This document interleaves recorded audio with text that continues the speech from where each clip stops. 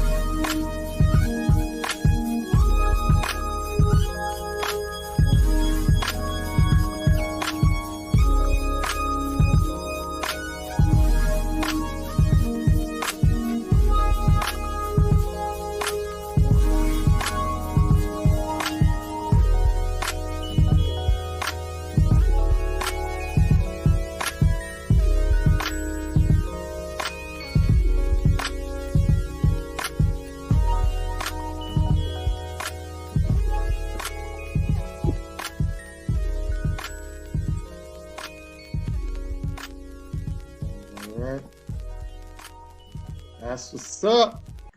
Welcome to another week of Manversations 2020. Yo. Dope show for you guys tonight. Y'all What's already up? know. Much needed show. I hope you guys are very anticipated on tonight's topic, which is celebrity worshiping. And we're going to dial down into it and get into like some of the real deep rootedness of it. Is it something that's harmful or helping our community? That is something that we're going to definitely check and dial into and go over some of the facts on that. And you guys can figure out for yourself if celebrity worshiping is helping or hindering our community. So what up, Major? What's good? What's cracking? What's happening, man? Everything great, man. I can't complain. It's been a great week. It's been productive. You know what I'm saying? I've been waiting on this topic right here, man, because I feel like I have to check somebody every other day for this bullshit. You know what I'm saying? Like I really, really have a serious aversion to people who can't get their head out of their ass and always out here worshiping celebrities. Like it's a pet peeve of mine. You know what I'm saying? Oh, Like it really stops people from being able to think critically. You feel me? oh I yeah, I hear mean, you. my God, you got people out here, they take shit personally when you say something about their favorite celebrity, you know? Oh And yeah. there are any number of studies out there that talk about how black people in particular watch more TV and spend more time on the internet than any other group of people. You understand what I'm saying? More TV, more Right. movies. We consume more media than any other group of people. So this celebrity worship bullshit is particularly prevalent in our neighborhood. And I'm here to tell you, it don't help nobody. You know what I'm saying? Because what happens is people get out here and they absorb all the negative characteristic traits from these celebrities. You understand what I'm Yeah. saying? And, every now and again, they might pick up a positive one. But for the most part, a lot of people, they're just not even real people. Their personalities are composites of different personality types, different song quotes, different movie quotes from a whole bunch of different celebrities. You know, um, Mm. that doesn't help anybody. It dumbs down our ability to critically think and respond to crises as a people.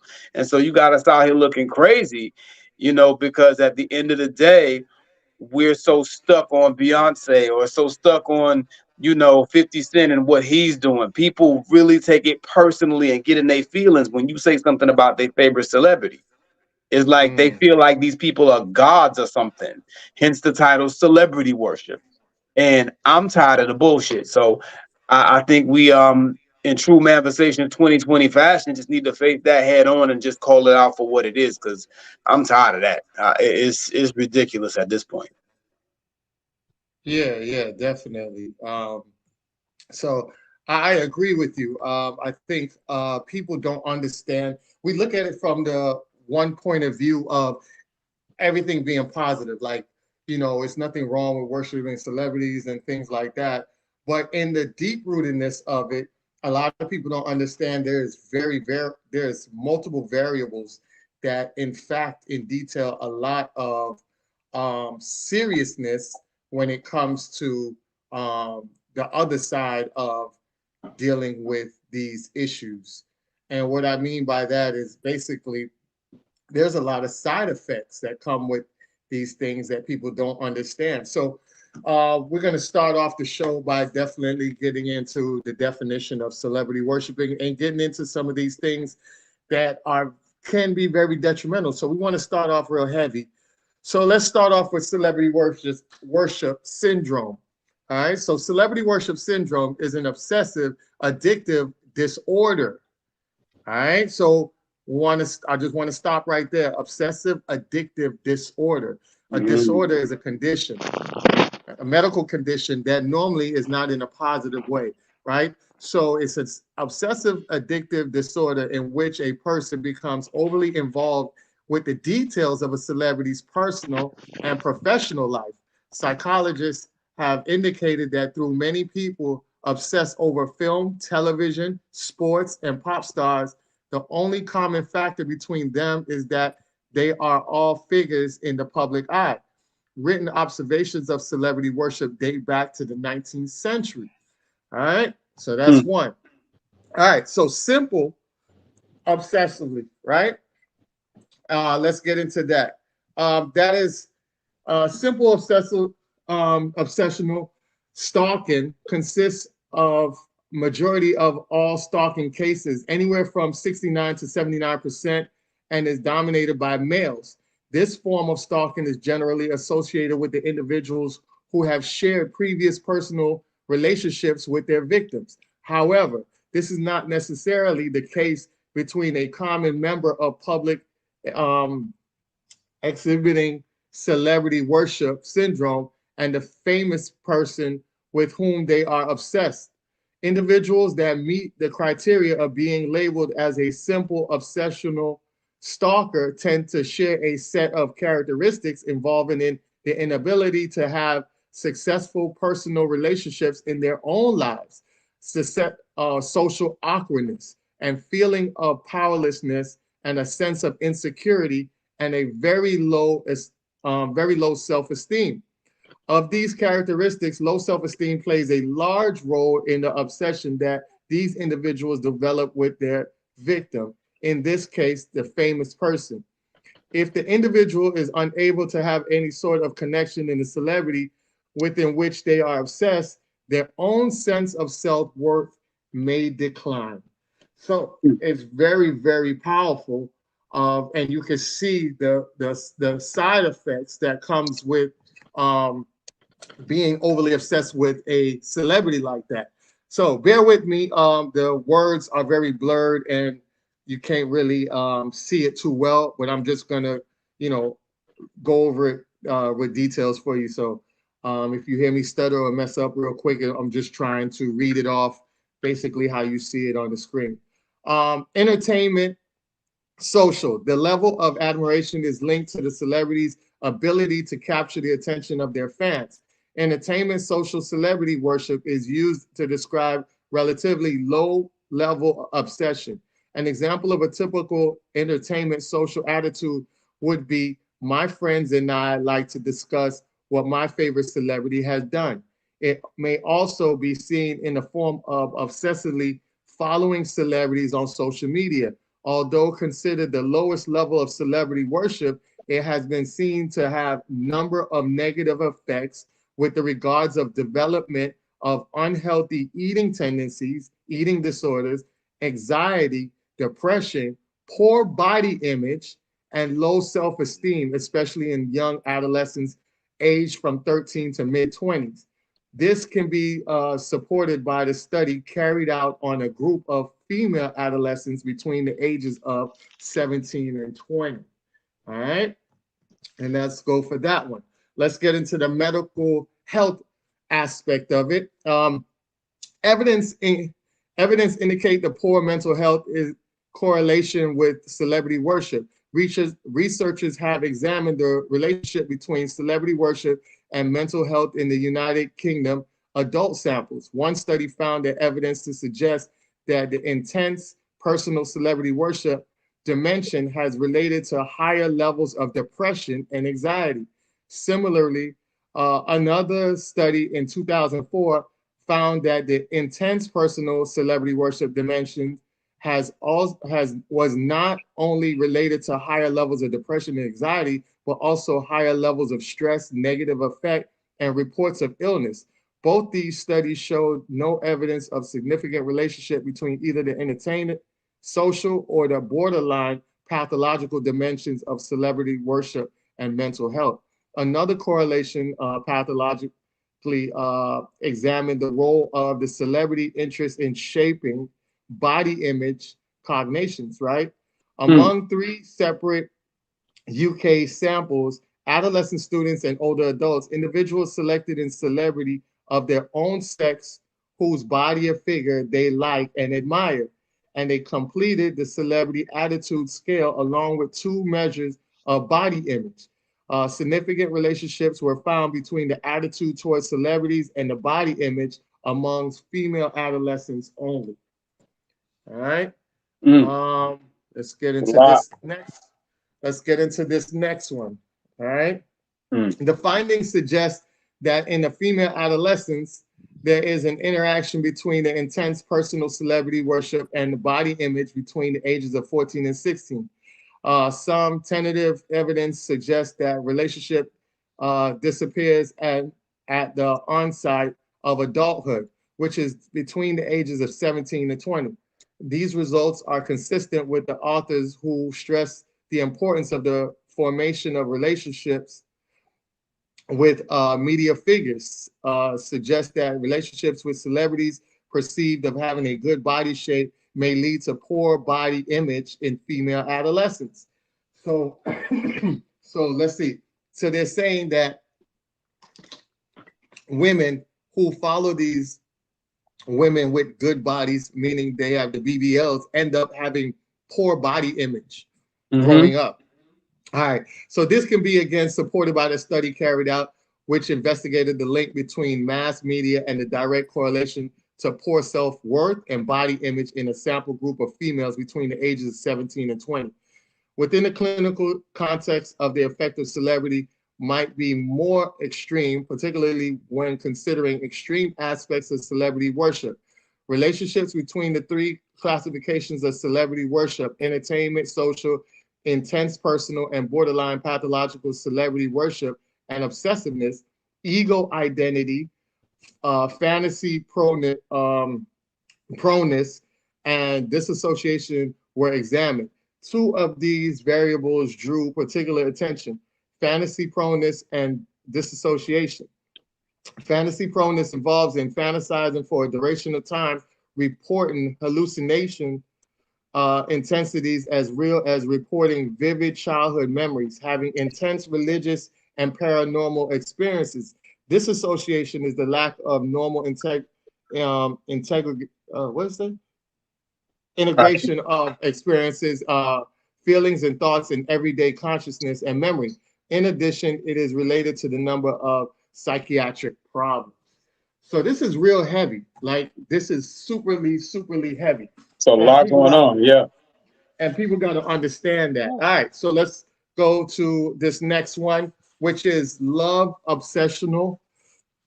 Right. All right. So as the name suggests, individuals who demonstrate in this sort of stalking behavior develop a love obsession with somebody who they have no personal relations to. Love obsessional stalking accounts for roughly 20 to 25% of the stalking cases. The people that demonstrate this form of stalking behavior are likely to have a mental disorder, commonly either through schizophrenia or paranoia. And individuals that are love obsessional stalkers often convince themselves that the fact in a relationship with the subject of their obsession. For example, a woman who has been stalking David Letterman for a total of 5 years claimed to be his wife when she had no personal connection to him. Wow. Other celebrities have been fallen victim to the form of stalking, including Jennifer Aniston, Halle Berry, Jodie Foster, and Mila Kunis, along with numerous other A-list stars. All right, so next one is erotomanic. Erotomanic originated from the word erotomania, which refers to stalking who generally believes that their victims are in love with them. The victims in this case are almost among well-known within the community or within the media, meaning that they can range from a small-town celebrities in the famous personalities of Hollywood, comprising less than 10% of all stalking cases. Erotomanic stalkers are least common. Unlike simple obsessional stalkers, the majority of the individuals in the category of stalking are women. Similar to low obsessional stalkers, the behavior of erotomanic stalkers may result in underlying psychological behavior. All right, so, and then last one we have here is borderline pathological, right? So this is the classification in which most severe level of celebrity worship. It is it's characterized by pathological attitudes and behaviors and a result of celebrity worship. This includes the willingness to commit crime on behalf of the celebrity, which is the object of worship, or to spend money on common items used by the celebrity at some point, such as napkins.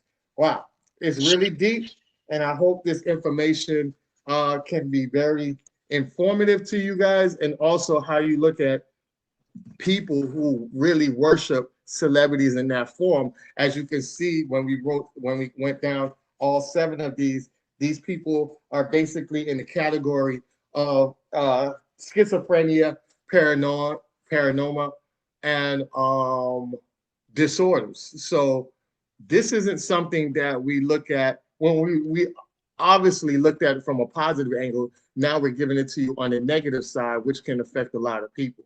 We're not saying that everybody who is into celebrity worship will fall into these categories, but if you go into the deep underlyingness of a lot of these people, you might run into a lot of issues that you see that was listed on this form. So definitely wanted to drop that.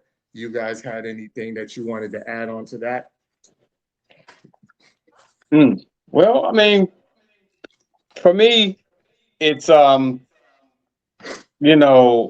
everybody just seems to be in this frame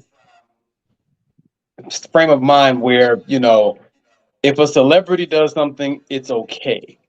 Those are most of the people that I run across. I'm not sure which one of those types that fell into, but you hear people say all the time, well, such and such don't care, they're still rich. You know what I'm saying? As though that absolves them from having to be accountable for whatever they did wrong. You understand where I'm coming from?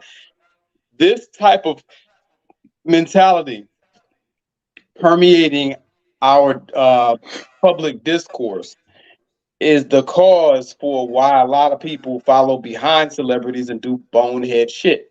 You understand what I'm saying? Because, due to the fact that you're famous and you're wealthy, well, you can do no wrong.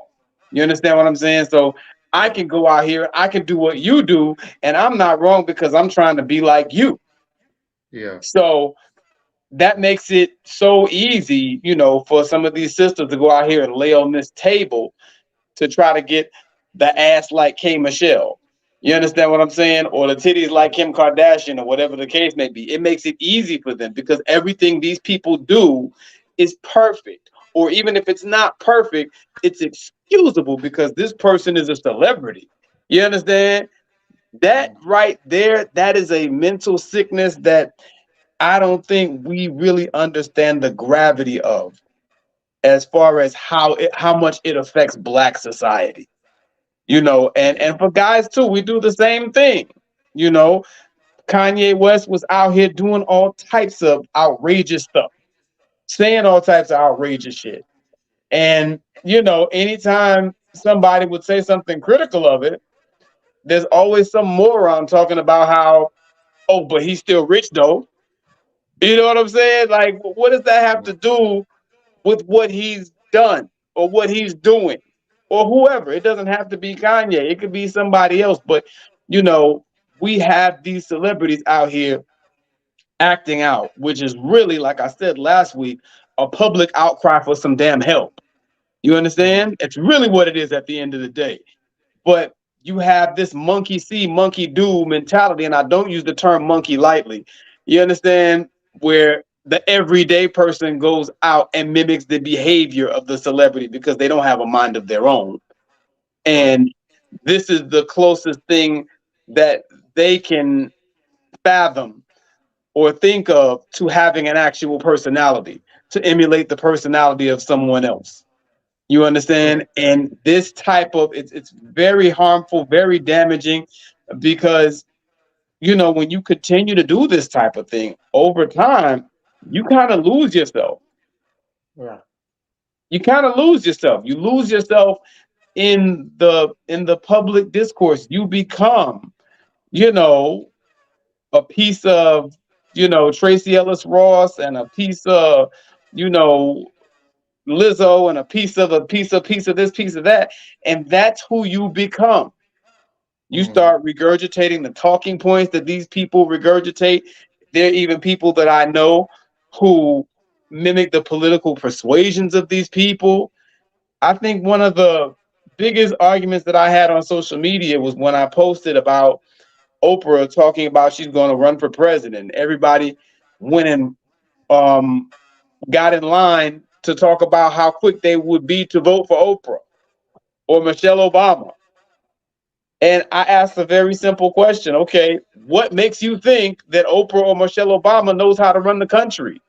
You have no idea what this person's form of governance would look like for the country.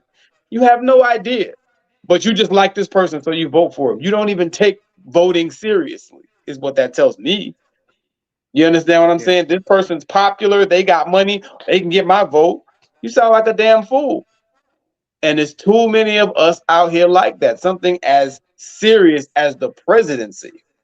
You know, you're willing to just vote for this person because they're a woman, or you're willing to just vote for this person because they're popular and you like them. You don't know what their worldview is and what they would do for you as a politician. You know, this type of thinking is very, very prevalent in Black society. And that's why, quiet as it's kept, we can't get off the Democrat plantation. I am not a conservative. I am not a Republican, but I am an independent. And I believe in voting your interests. And Black people as a group, as a collective, we have a problem with that. We vote for the person that we like. How old are we? You know what I'm saying? This thing where we want to be perpetual teenagers and just go with, you know, the person who's popular and trendy at the moment, that's going to get us in trouble every time. We have a lot to learn as a group, and we really got to get away from this celebrity worshiping, you know, celebrities can do no wrong type of mentality. It's very, very destructive. And at the end of the day, you know, we have children. So imagine, you know, a grown up adopting all of these toxic traits from some of these celebrities out here and then passing them on to their children. That's what really bothers me, you know, even more so than anything else. You know, there was a guy that we know. I remember him saying something to the level of, you know, we were having an argument, you know, and I was criticizing something that Kim Kardashian did. And he comes talking about how much of a great mother she is. And I'm like, based on what?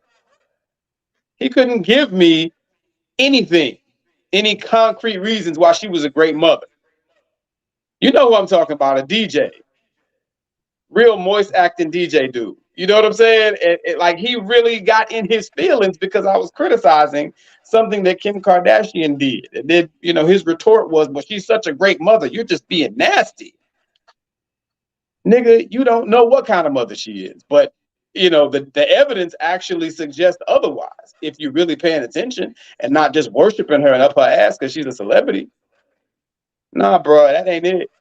That ain't it. I see examples of this daily. It has to stop. I agree with you. So going back to Keke Palmer and her incident, it was last week. Her and her dude, apparently her and her dude broke up.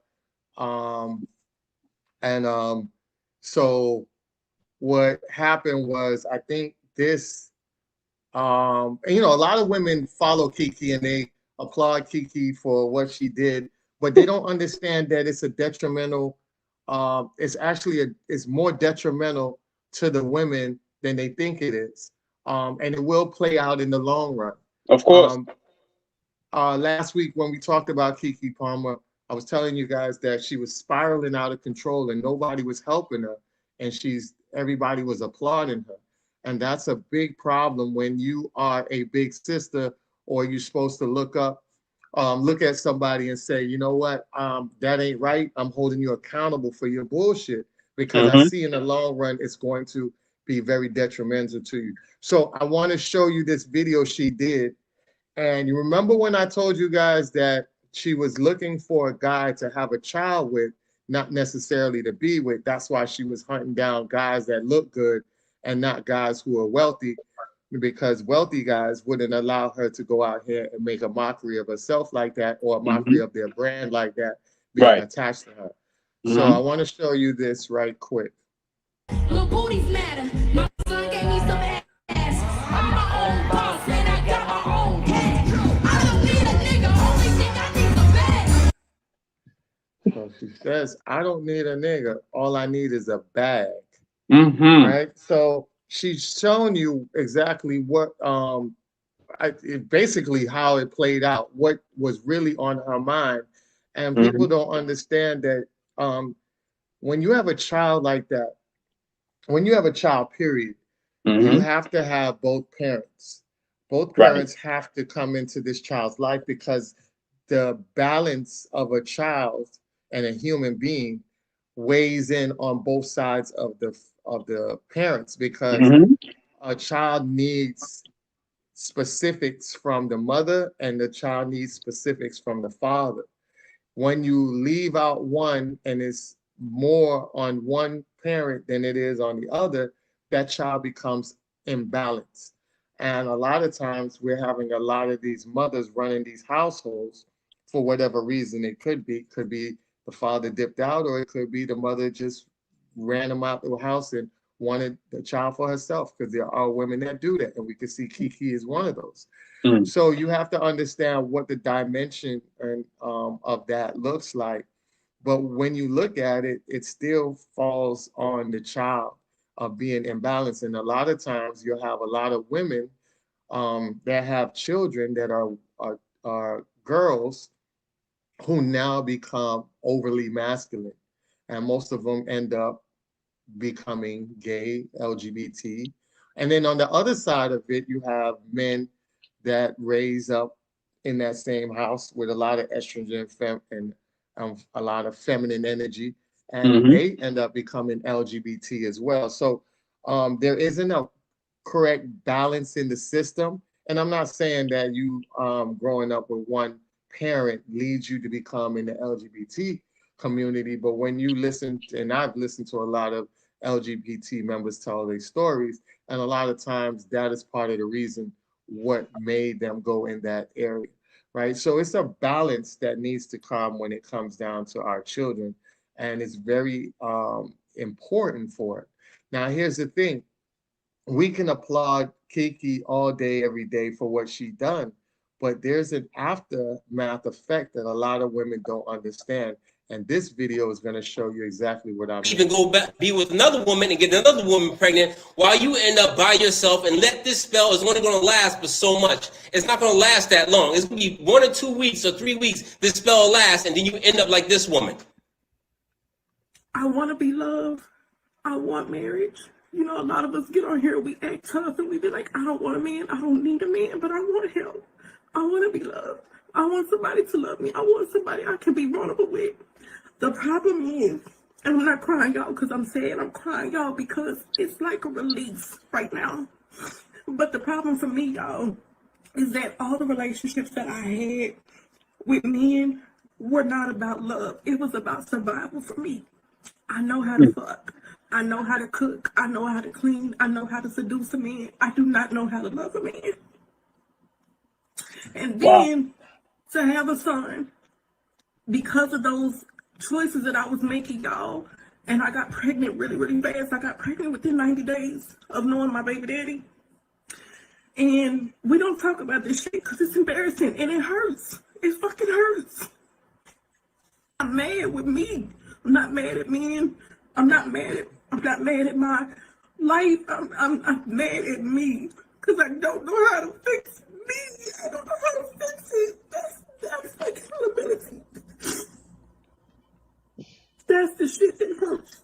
It's realizing that, hey, I got some shit with me that I don't know how to fucking fix. And in turn, because I don't know how to fix that shit, I'm fucking up other people around me. And that's powerful, because that's a high level of accountability.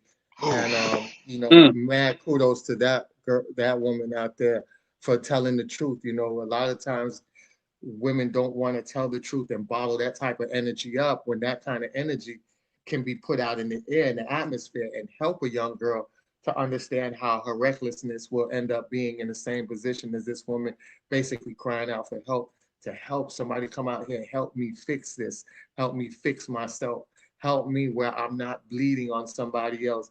And that's figuratively speaking, as far as, you know, out here hurting people because I'm unhealed myself. No doubt. So, you know, a lot of people don't understand that aspect of it, but those are the consequences when you run out here and you act tough and you do this and you do that. And people don't understand that these things have consequences. There's a lot of consequences that go on, and people don't understand it. And one of the consequences that you run around here and y'all applauding Kiki and y'all, you know, raving it up with all these women that out of control. And guess what? Y'all feel comfortable because you do it here.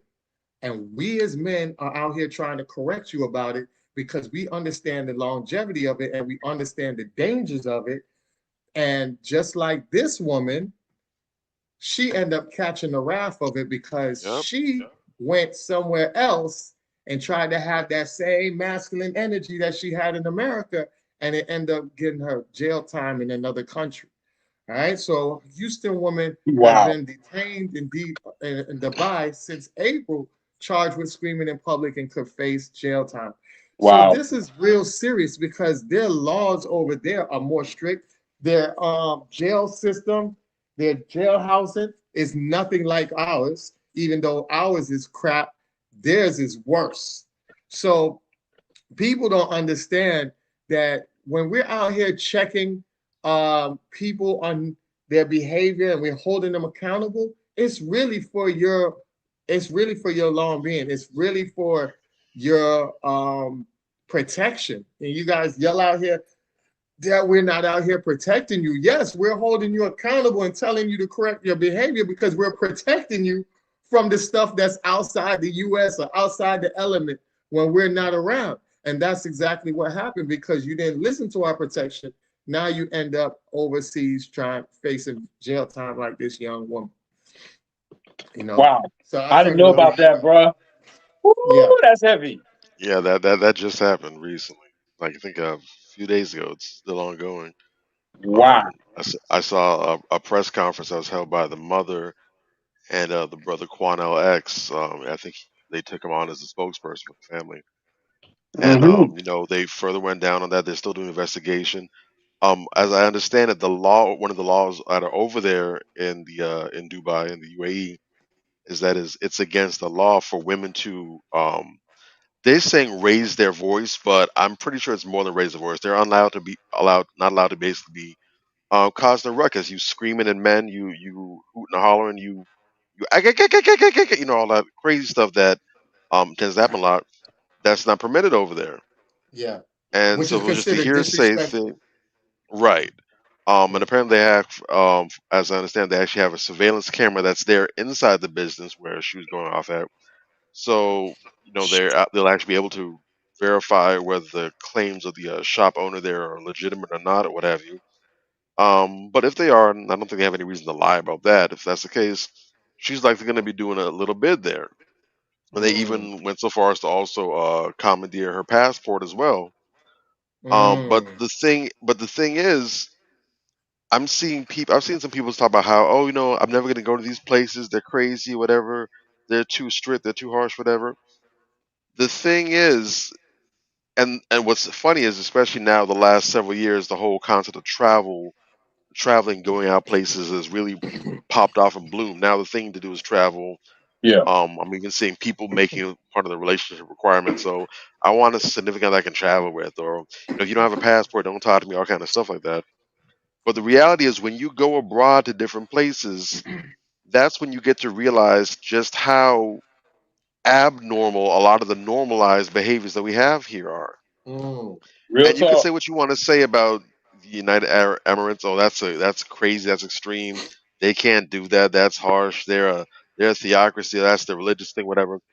No matter what you say, the reality is that America, not these other places, America is the place that has ridiculous, over the top incarceration rates. Mm, No other country in the all the countries that the U.S. has beef with, the countries that we talk shit about, the China's, the Russian, all the other places. No other country comes close to incarceration rates that the United States has. Real talk. We warehouse as harsh and intense some of these punishments are. America warehouses people like nobody else. No other country has a whole prison industrial complex where people get paid and kicked off on the back end for housing people. Mm-hmm. And who are the people who's on the brunt of this mass incarceration over here? Black people. mm, So the Real reality talk. is, you're better off as a black person in terms of laws and violations. You're more at risk of getting locked up and doing time over here than you are in the United Arab Emirates. How mm, And I about know a that? number of people who go abroad, and when they actually have some good behavior, when they actually have some broad upsy about them, I've heard them come back with stories about how, once the people over there saw that they weren't the typical Americans, they were treated even more warmly, very friendly. They got discounts on things. They were treated with extra hospitality, and they were Mm-hmm. complimented. Wow, you guys conduct yourselves so well, because many Americans are known for going abroad and cutting the fool. Yep. And not just the black folk too. We just saw what was that, the beginning of the year or last year?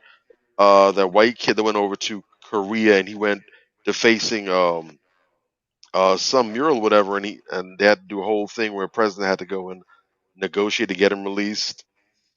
Yeah. You know, the whole thing with Brittany Griner and and the uh um the hemp package, whatever she had over there, the vape cartridges, whatever. You Right. know, And so the white guy who got caned years back. right.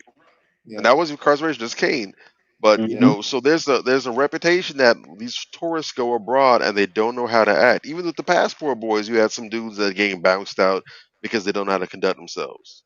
Mm, It's insane. But there's a lot of behaviors and a lot of this stuff, going back to the topic of the night, a lot of these things are elements that are hyped up and spearheaded by a lot of these celebrities, where these celebrities, Yeah. these music artists, whatever, they popularize being ratchet, acting out, Yeah.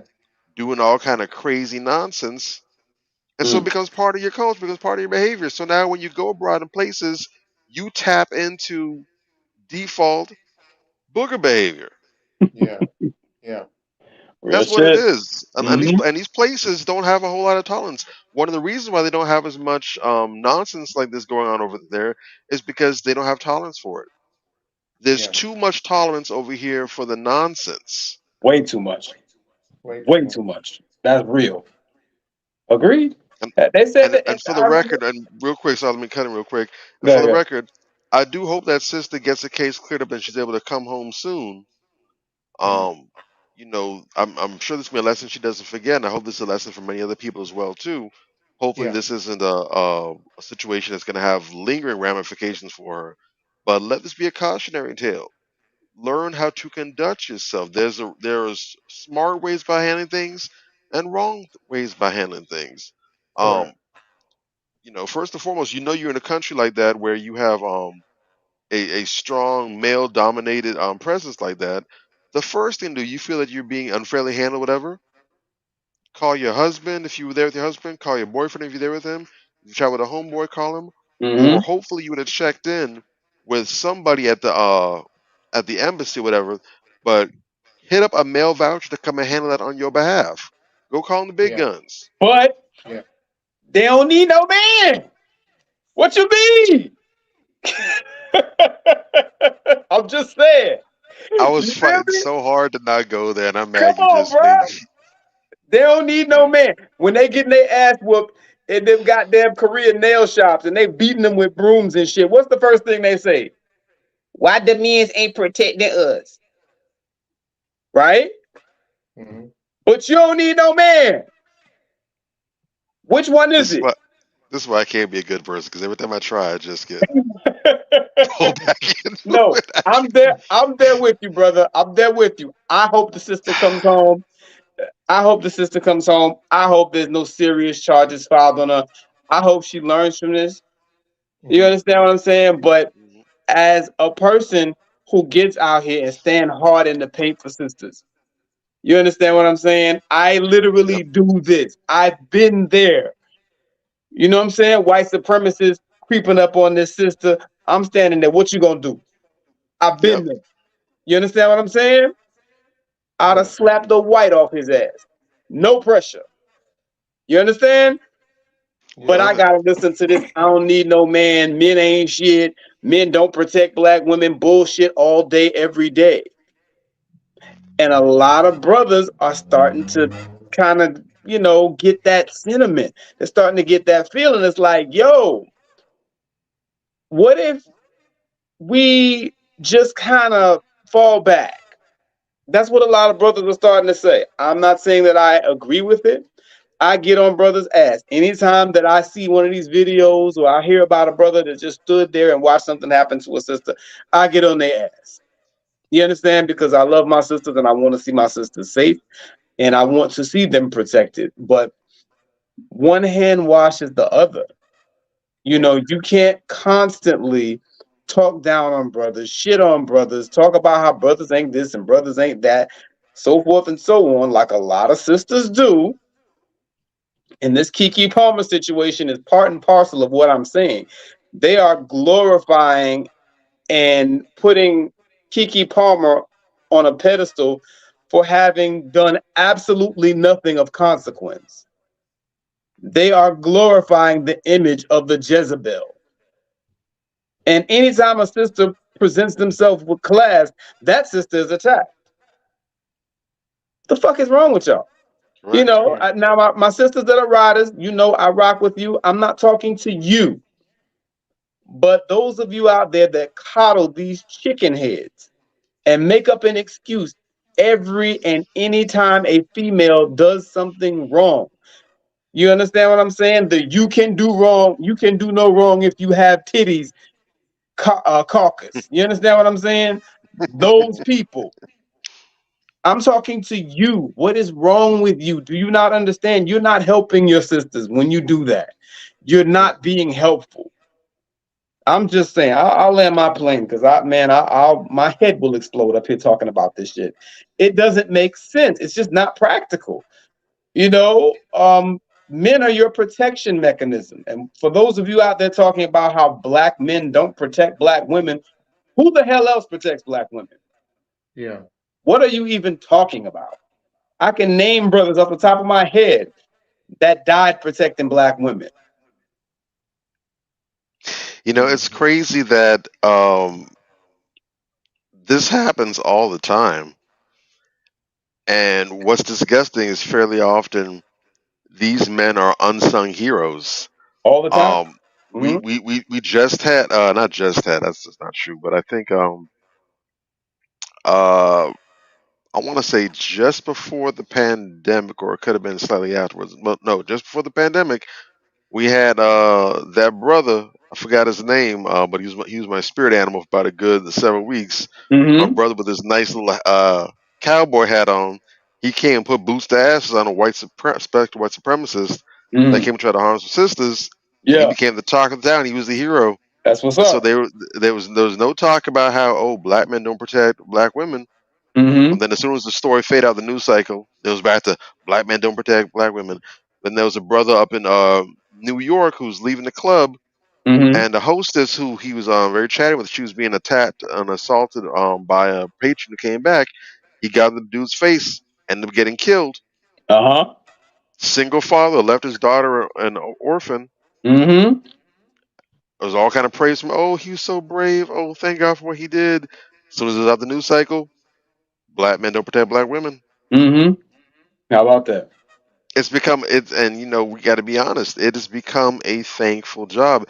The very least Thankless. that could be done is for the whole mythos of black men not protecting black women. That could at least be put to bed with all these martyrs and the stories of what actually happening being championed more, because this happens doesn't always get told like that.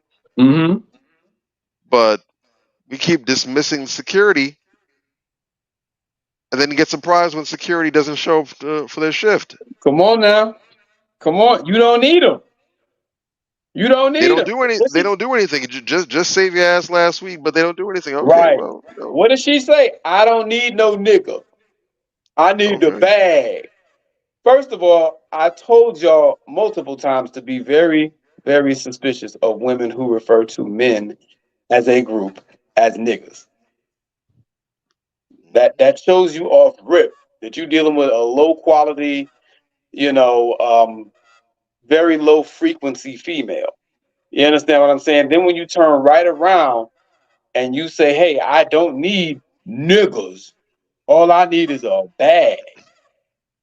You know, what are your values like? I worry about that child. I worry for that child because clearly you have a mother who has nothing in her head. She has nothing to teach that child. I'm always concerned for those children. Always. Because remember, scary. the first teacher. It's scary that you have a bird brain out here like this raising a child, and not even just her, a whole nation of them. Because these women, they retweet and repost and, you know, change Keke Palmer to their profile picture because they feel like that's putting a thumb in the eye of black men generally. When you see that, brothers, when you see that out there, understand that that is vicarious disrespect. They're saying, fuck you niggas. basically, by way of Keke Palmer. Because again, she didn't do anything of consequence. What did she do that was so great? You got sisters out here that actually do great things every day. You know, And they don't get that treatment. They don't they get don't get deified that like that. treatment. Someone just the other day, I remember when you talk about all the different cases, all the different bird brains that get talked about and exalted. I remember there was about a good 2-week period where Miss Savannah James, formerly Brinson, Mhm. was getting her flowers, and I was very thrilled to see that I made it a conscious effort to go ahead and throw a love on every single post I saw about it. No doubt. She was getting great praise, whatever. But I saw men especially, but I saw some women ask as well too. Why did Savannah not get praised, or when all these other women, the Aisha Currys, whatever, when they're getting venerated, getting their flowers, and they're getting the thumbs up? Why don't I see Savannah getting mentioned in this light? Because what I just Because said, she's not problematic. she's not Because problematic. being a solid, being a stable, functional woman in a healthy, happy marriage relationship with a high with a peak value man, Mm-hmm. beautiful children, successful, no nonsense or funny business going on in the family, Yeah. no drug issues, no alcoholism issues, no DUIs, nothing, wholesome as you can get. Right. That's not attractive. Not attractive. And funny you mentioned Savannah James. That is a good example. Don't get me wrong, but an even better example. Because the thing is with Savannah James, I get it. I don't feel like she gets the credit she should either, but people don't really know what she does, right? She just people look at her as LeBron James' wife. So a lot of women write her off because of that. But what about somebody like Nicole Lynn? What about somebody like Nicole Lynn, who is the highest paid quarterback in the NFL, or the second highest now since the Lamar Jackson deal? But she negotiated his deal and various other NFL deals. She's with Clutch Sports. She's extraordinarily accomplished, kicking ass and taking names. This lady carries herself like the empress of some damn country somewhere. I mean, you don't ever see her looking or acting like less than a lady. This is the closest that you can get to if you want to go ahead and apply the label of a boss bitch.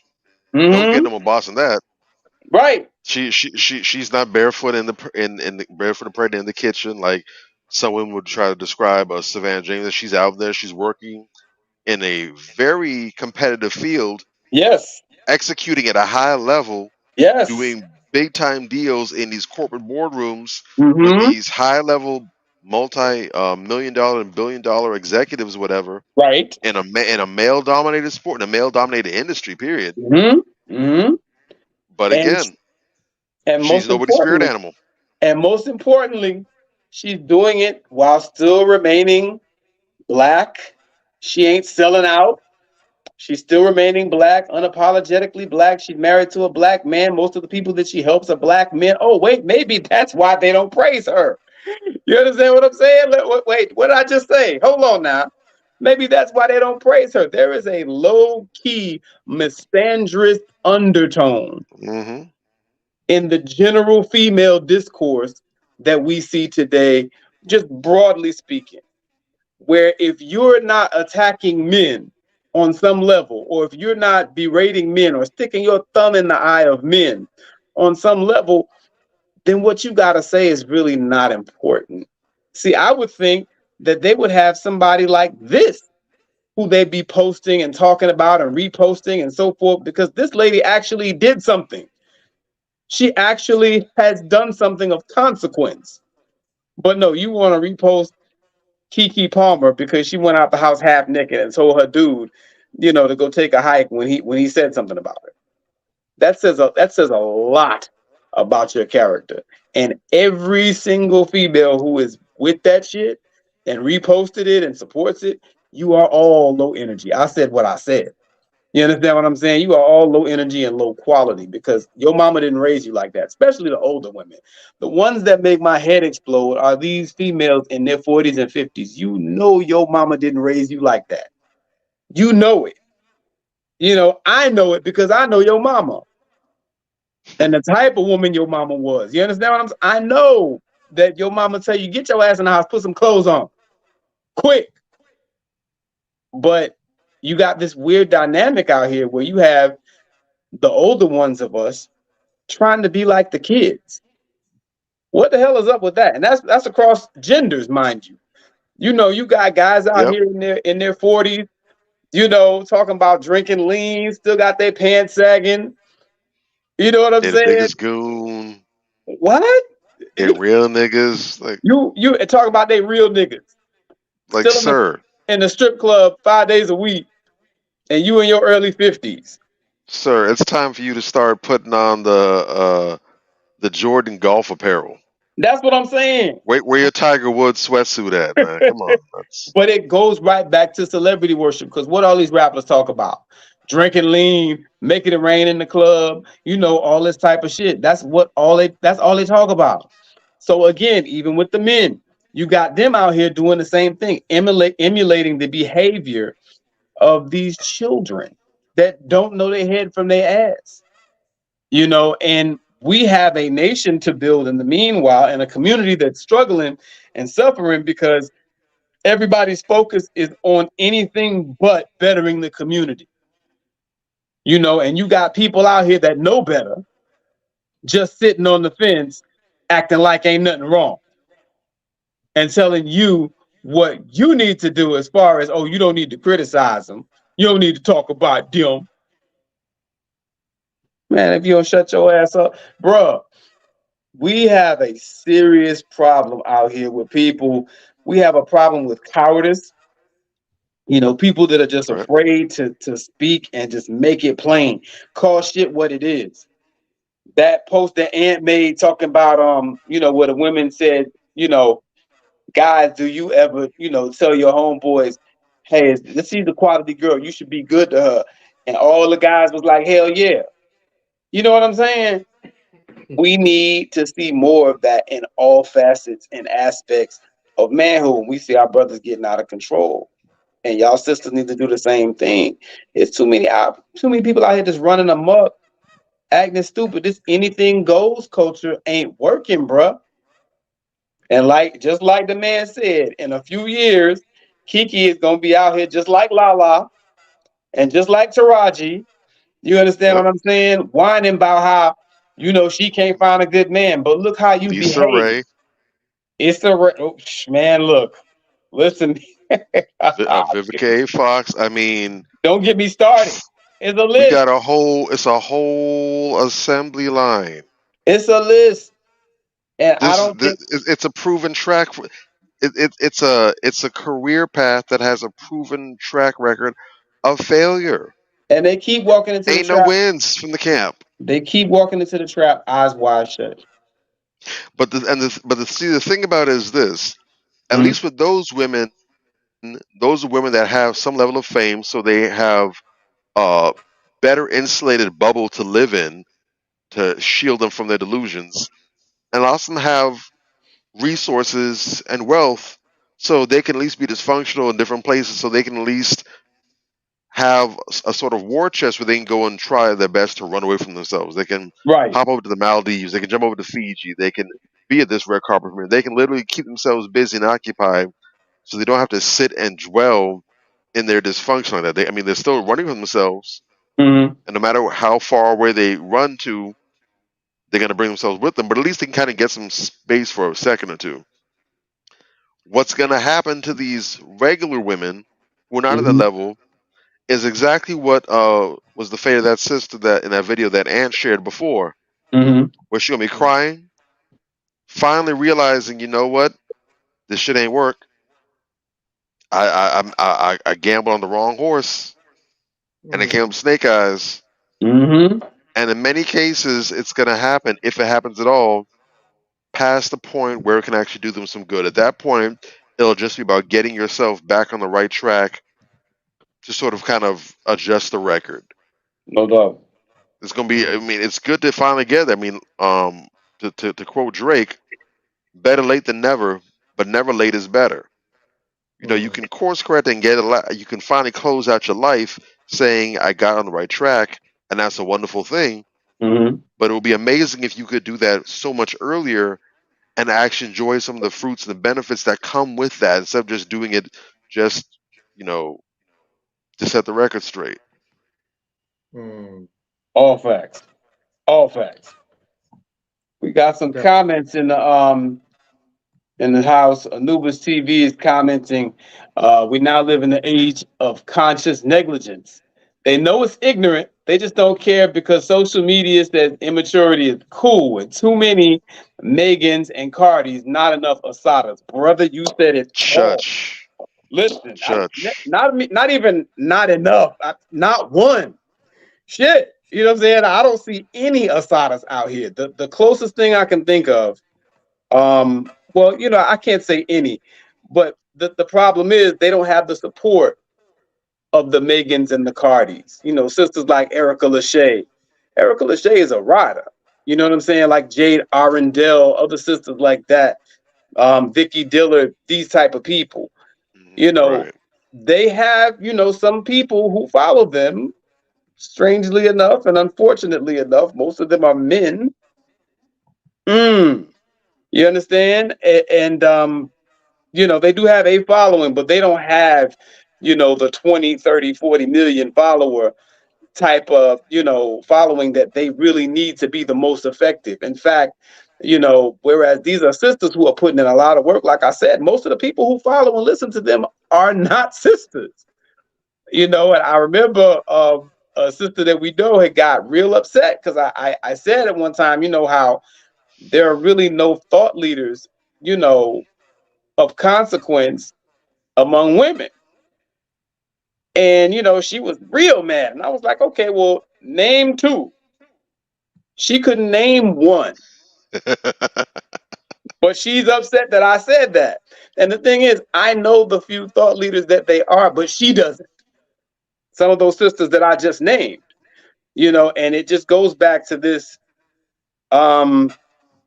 this thought process that among sisters, and I may be criticized among sisters for saying this, but I'm gonna say it. I don't give a damn. You can see me. You understand? Among sisters, a lot of sisters don't respect the intelligence of sisters. People talk about how men don't respect the intelligence of sisters, and sometimes that is true. You understand? This show is about balance. We're not sitting up here just caping for any one side. But a lot of times sisters do not value the intellect and, level of introspection that a lot of other sisters have, nor do they look for those qualities in other sisters. They looking for, who can give the best beauty tutorials and, who can give them advice on where to go to get an affordable BBL and all that type of bullshit. You understand? But sisters, I'm here to tell you, if nobody else has, you have a duty to your community to have something in your head and in your spirit to pass on to your children. The woman is the first teacher of the child. And you can't be running around here, that airheaded bird brain raising all these kids and think it's going to be gravy. Just don't work like that. Can we acknowledge the fact that there is a strong anti-intellectual lean? Heavy. Can we do that? Heavy. And let me be clear about this, because I don't think we understand what that really looks like. We might have a lot of women who are enrolled in school. We know that black women are the number one, the top enrolled demographic, not educated, because that's a misnomer. That was the statistics that came from were glossed over, and this is part of, again, being anti-intellectual. You don't have the ability to properly read things, or even worse, you just misconstrue things for your own mental boost that's unjustified. Of course. But black women are the most enrolled in higher education, not the most educated. Right. But we have a lot of sisters that might be educated in terms of careers and work-based education. In other words, we have a lot of sisters who have the ability to be cogs in the machine, so to speak. I don't necessarily mean that to be denigrating or anything. I got you. But we have a lot of sisters that have a lot of that technical know-how. They're very educated when it comes to doing their jobs, performing their duties. They're Mm-hmm. competent for the most part in their areas of study, but in terms of actual education, as relates to intelligence, Mm-hmm. practical application, because Yes. that's the ultimate test of intelligence. If your intelligence can only serve you in a work environment, but not in your everyday life, that's not intelligent. It's not. It is And not. exactly what Anubis said, smart dumb people. I remember I was I didn't even I can't even say I was talking to a sister. I was a while ago I was trying to get to know a sister, Mm-hmm. and I found out we didn't get very far in the process, but she let me know that she's an attorney, and I was like, okay, interesting, cool. So we kind of chopping it up. Mm-hmm. So she said that she liked to read. So I'm like, okay, well, I love reading. So, what are some of the books that you're interested in? I was Mm-hmm. hoping she was going to mention some titles of some genres we can chop it up about. She starts talking about And them she told me, Zane books. to be honest, I would have dug that. She said the only two books that she says that she reads the Bible and she reads law textbook, because she was primarily in good field too. She was primarily working in the legal field Mm. for small businesses. She was getting in on that medicinal marijuana industry. So a lot of the books were related to that. But pretty much she Mm. said she reads for work and she reads the Bible. So I'm like, do you read anything else? She's like, no, that's one of the things I read. Now, I have no problem whatsoever with a sister reading the Bible. I think that's a beautiful thing. I Mm-hmm. have no problem with a sister reading legal textbooks. I mean, that's high end stuff. Right. But there's no other kind of actual reading going on.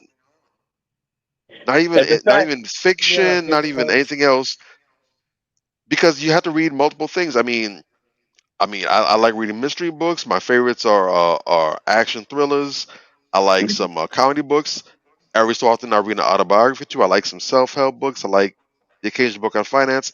But I like reading a number of different things because it expands my mind. It opens me up to other yes, it things. does. It's Yes, it how I does. keep yeah, learning. But also, reading is critical if you're going to be a critical thinker, because if you're not taking in different information, if you're mhm, not learning different viewpoints, Mm-hmm. you don't have anything else to kind of balance the thoughts in your head or to get a well-rounded perspective.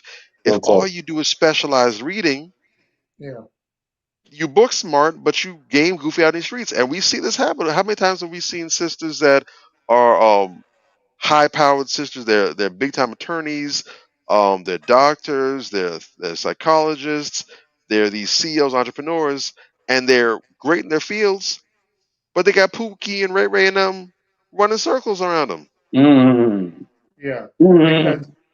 Because the thing about it is, it's the boule mentality, right? So the boule mentality, this is why fellas like myself and you guys can destroy any boule there is, because what happens is the boule has tunnel vision to education. So they have the tunnel vision going towards the indoctrination. So when you look at the books that she's reading, they're indoctrinating books. Because to think about it, the law books, you really have your hands in handcuffs when you are basically being a lawyer under the system, opposed to you reading the law books yourself and becoming your own lawyer and representing yourself in the courtroom. I can be more effective reading law books, studying law context, and going in as a representative versus me having a lawyer or me being a lawyer who now is bounded by a gag order where I can only say my ceiling is cut to a limit and I can't go over that because I have to stay in the realms of being indoctrinated and controlled. Mm-hmm. Oh So yeah. this is one of the reasons why they got rid of Johnny Cochran, because he took that information, but he also went above and beyond and passed the ceiling, which they didn't want him to do. Yes, he That did. became part of his unapologetic side when he was being taught and grown and being raised and groomed under the superiority of the lawyers that he was raised with. So He people got wasn't to just trying to understand. function in the system. He was actually trying to use it to actually create change, which Yeah. Exactly. is a no-no. Is that exactly? So Mm-hmm. when you look at, I always talk about this all the time because I say to myself, how is it that you have a high power debate team in Harvard, and we look at Harvard as the pinnacle of colleges on a collegiate level, right? That's the highest level. That's like the highest level of college you can go to. Like you come out of Harvard, people are going to give you jobs left and right. That's the ideology and the sense branding that is across globally, right? But then how do you have an elite debate team that get their ass crushed by some brothers that was up in prison, murdered them on a debate scale? You see what I'm saying? And the brothers in prison, all they did was just sit back and they just researched and they did the debate because they got time on their hands. This is what this, you know what I'm saying? They're disciplined now. That's the only thing that separates us from excelling way past the norm, is when we take the time as Black people, we take the time to discipline ourselves. When we get in that discipline mode, we can excel way past any other race of people. This is why they give us the distraction. This is why they have all of this stuff and put us in the hood and in these environments that create all type of distraction and things like that for us to get away from studying and putting our elements of grinding and art and to get down into that heavy discipline action. Just like they give us the low-end jobs, and that way when you have 60, you're working 60 hours a week, you ain't gonna try to come home and come do some productive stuff or try to work you and your family up out of there. You gonna want to jump and watch the TV, bathe, eat. By the time you do that, you ready to wake up again the next day to go to work. So it's a well-greased system that takes us away from our natural element and our superior element of real intellectualness. Because remember, we as a people have something to hold our heads on. When we talk about illiteracy, you know, we overcame illiteracy faster than any group of people in such a short period of time. We don't talk about that.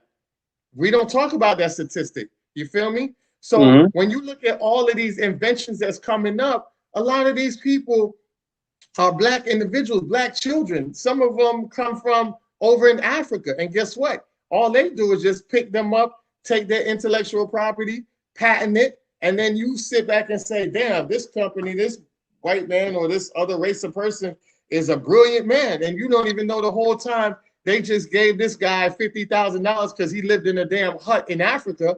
And he was like, shit, that's the most I'll ever see. And he sold his intellectual property. And that person took that 50 grand as an investment and turned that 50 grand into 50 million.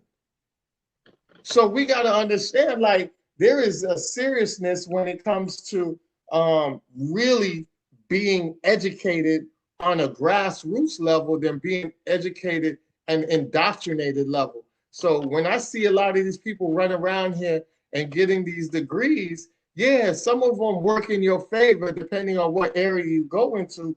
But a lot of those degrees, you got to understand, a lot of brothers out here that ain't even got the degrees making way more money than you. And shout out Ebony K. Williams. You know what I'm saying? They're making way more money than you. You have 3 or 4 degrees, and it's a dude that jump in the truck making 6 figures, and you sitting there have to, not only did you get the degrees, you got to pay all that money back. Those degrees wasn't free.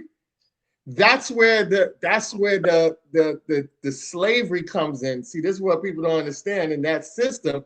This is where the slavery comes in. They don't have to put chains on your feet or around your neck, because all they got to do is say, hey, come get this degree. Now, this degree you're going to get is going to run you about $80,000. Oh, you want a second degree? That second degree for your master's going to run you another $40,000. Oh, you want your PhD? That's going to run you another $40,000. So now you're up to $160,000, and the interest rates on it is not the regular interest rates. This shit is crazy. I know a person, mother who is 60 years old, still paying on her damn loans. You know what I'm saying? So where's the joy out of all of that when you still have to, at that age, still have to pay back a lot of that money? You know what I'm saying? So we have to, this is why I said we're going to get into a program where we want to get a financial advisor and somebody inside the school system that is very knowledgeable in that area, and have our children in our community go out here and get the degrees in the right way, without having the expense of debt, heavy debt like that on their back. Because guess what? If you want us to be providers as men, and you out here acting real reckless with your certifications and degrees, then when I come with you, your degrees and your debt comes on my back. This is why a lot of guys are walking away from a lot of y'all women, because it's not that y'all don't have the qualifications. Now that you pass the qualifications, you come with too much debt. I'm not going to be a slave to your, bad choices. I've done it a few times. I'm gonna do. Yep. You feel me? I've And done I it a don't few advise times. Yes. any man to do that. I don't advise any man to do that. And even with women, I don't advise any women to go out here when the guys out here slanging they dick and don't have dick discipline and are worked up about $40 or $50, $60,000 of back child support. I don't advise you to go and marry a man and then have that type of burden on your wallet as well. And you're a woman out here paying his neglect and his recklessness of his penis. I don't advise that for women. You feel me? It's a bad look. Yeah, so we have to look at on that side where we gotta start being more strategic and more disciplined in our actions. And this goes what we were saying, that when you live your life reckless, like a Kiki is living and she's spiraling, somebody, a sister, because most of the brothers, they're not gonna really listen to, but it gotta be a sister that grab her and say, sis, this ain't it. And I just showed you the video where this woman was just crying. You know what I'm saying? She's crying of her reckless behavior and realized that she was going in the wrong direction. And no sister, no elder, no OG woman came and grabbed her and gave her the facts, gave her the real deal. Like they let you spiral down and say, oh, well, that's her, not me. Nah, because if she spirals into our community. And when it spirals in our community, remember, she said she has children. Now she spiraled, that spiralness goes down into the children, and now her children is out here doing the same continuous stuff. And this is where we're trying to break generational curses, and this is how we keep the generational curses going. You gotta step up as a community and say, hey, enough is enough. That's some bullshit, and I'm holding you accountable. When we start holding a lot of people accountable, I'm telling you, you're gonna see the change in our community. And I land my plane on that. No, brother, you said a mouthful right there. And let me just put it out there, man. The problem with what you said is that you speak as though sisters have each other's back. Yeah. Unfortunately, as you have said before, and as many of us have witnessed, sisters look at each other as competition, and more often than not, they sabotage each other. Correct. Particularly when they feel as though another sister is going to see some success that they have not. See, it's okay as long as you're not doing better than them. They can rock with you as long as you might be coming up, but you're not quite where they at. But when they see you, getting your weight up, you done married a man and y'all done bought a house together. Now y'all got a new car. And now y'all this, y'all that. Y'all gonna start a business. Y'all talking about that. You can almost set your watch by it. That many women, not all, there's some sisters out here who really ride and are really down, but a good percentage of sisters, you can kind of set your watch by it. They're gonna try to sabotage you. They're going to intentionally not let you know that what you doing ain't it, so that you can fall on your face. That's what they did to Lala. Lala Anthony pretty much said it. You understand what I'm saying? She's like, yeah, all these people kept telling me to leave them, da, da, da, da. Where are they now? I'm over 40, can't find nobody, ... this, that, and the third. I'm unhappy, I'm lonely. Where are they now? I'm just saying. It's a cold game out here. And, not just sisters, some brothers do that little slick shit too. But, we have to get in the business, like you said, of kind of being each other's keeper. I see what you're doing is wrong. Like you said, if we can, get to that point where we start holding each other accountable, it will will work volumes to correcting not just the dating and relationship crisis in our community, but every other foul situation that's going on in our community. It all leads back to someone who's not being accountable. Mm. You know what I'm saying? Because we are a strong, resilient people. You know, and if we can fix that one thing right there. That's why, you know, when certain people, I don't even talk to them no more. You know, the accountability duckers, where they always got a deflection and an excuse for some shit. I don't even take them seriously no more. They're time wasters. You know, we need to get with like-minded people and work on solution and disseminate those solutions throughout the community. For instance, to speak to your point that you just made, you know, we're talking about debt and so forth and so on. And, you know, people graduating college and having all this debt and bringing that debt into relationships. Okay. I was telling my wife this the other day. One good way that I know to get around that is, you know, I used to be a financial advisor at a bank, you know, so maybe that has a little bit to do with it, right? But, you know, I use this for myself. I got with a good company, a good solid company, and it clicked in my head. It was available the whole time. I worked there 15 years. Should have happened a long time ago. It clicked in my head. Damn, they got tuition reimbursement here. Damn. Okay. Let me go sign up for that. I went through college. I got my 4-year degree. It is entirely paid for because of tuition reimbursement. It's a lot of companies that have tuition reimbursement. And anytime I talk to somebody who doesn't have a degree, I'm on their ass, man. That's a benefit that's there for you, that you can get your college degree and not pay anything. Mm. In fact, you can get paid for getting a college degree because you can still claim it on your taxes. So you get that money back again.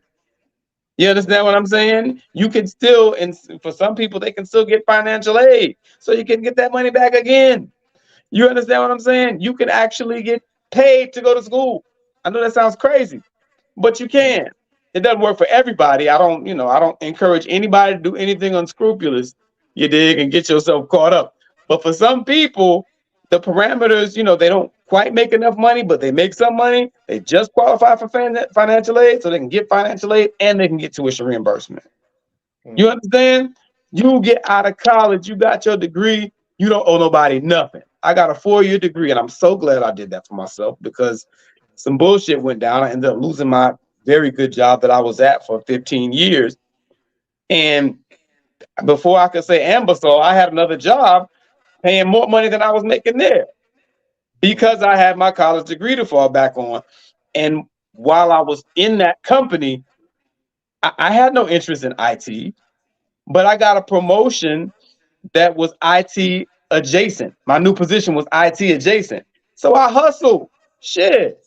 I started talking to some of the guys on the other side of the company. Hey, man, how this work? What's this? What's that? Where I go to get this? Oh, I need a certification. Okay, got it. Boom. I got my ass on the internet. Boom, boom, boom. Got my test ready. Da, da, da, da. Okay, now I'm sliding. I got a cert. I got a degree. I got another degree. You got to hustle, man. You know what I'm saying? And if you know how to hustle, and there's one solution to what we were just talking about, get in your job's tuition reimbursement program. Because I was there for 15 years. I think it was year 11. I finally did it. I don't know what the hell was wrong with me. You dig? But we need to start taking advantage on a very basic level of some of the benefits is right in front of our face. A lot of times we just don't. You dig? Yeah, I think we want to. We definitely definitely going to look into a show that we can really start, because, like I said, I don't want people to think that we're not trying to promote you to go to college. We just want you to do anything in life. We want you to do it the correct way. There's always a right way to do it, and there's a wrong way to do it. Just like buying a car, there's a right way to buy a car, and there's a wrong way to buy a car. Yes, there is. So we just want to push you in the right direction. And if it's to save little money here and there, that's more money that goes into something else. We don't know what your household looks like, but anybody could use extra cash in certain areas of their household. That's what we want to do. So Real we're talk. definitely gonna create Correct. and craft that show up for you guys and have the professionals on here. So that way you guys have any questions, you have somebody here that can give you that. So we're gonna go ahead and do that and get into the research into finding out the qualified people to do that, and also do research on the jobs that's out there that do the tuition reimbursement, like Major just stated.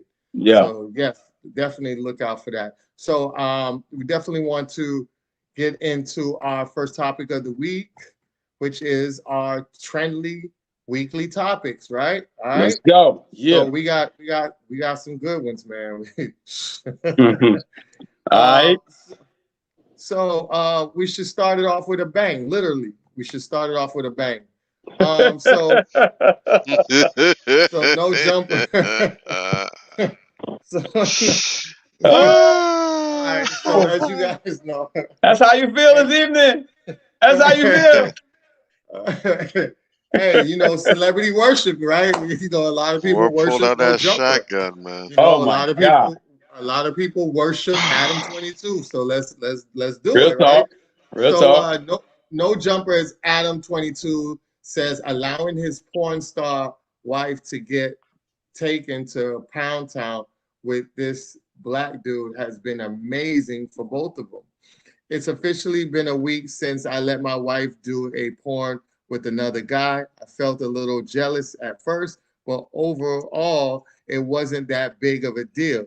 She's watched me sleep with hundreds of girls, and it's never affected our relationship. Sleeping with that Yep. gentleman has been amazing for both of us, career and business. Overall, I'm glad that we did it, and I'm happy to report her vagina has returned to its original pre-BBC size. So he says that, and a lot of times guys will always say things like that in reality, but when you put yourself out there on the internet, you have to take it. And I think, to be honest with you, I think it's been taking a real toll on him, because they had this one guy who posted the pictures of his wife, right? So the guy was like, look, Yo. I don't care how much money or how much successful Adam 22 has or believes himself to be, he will forever be considered a cook.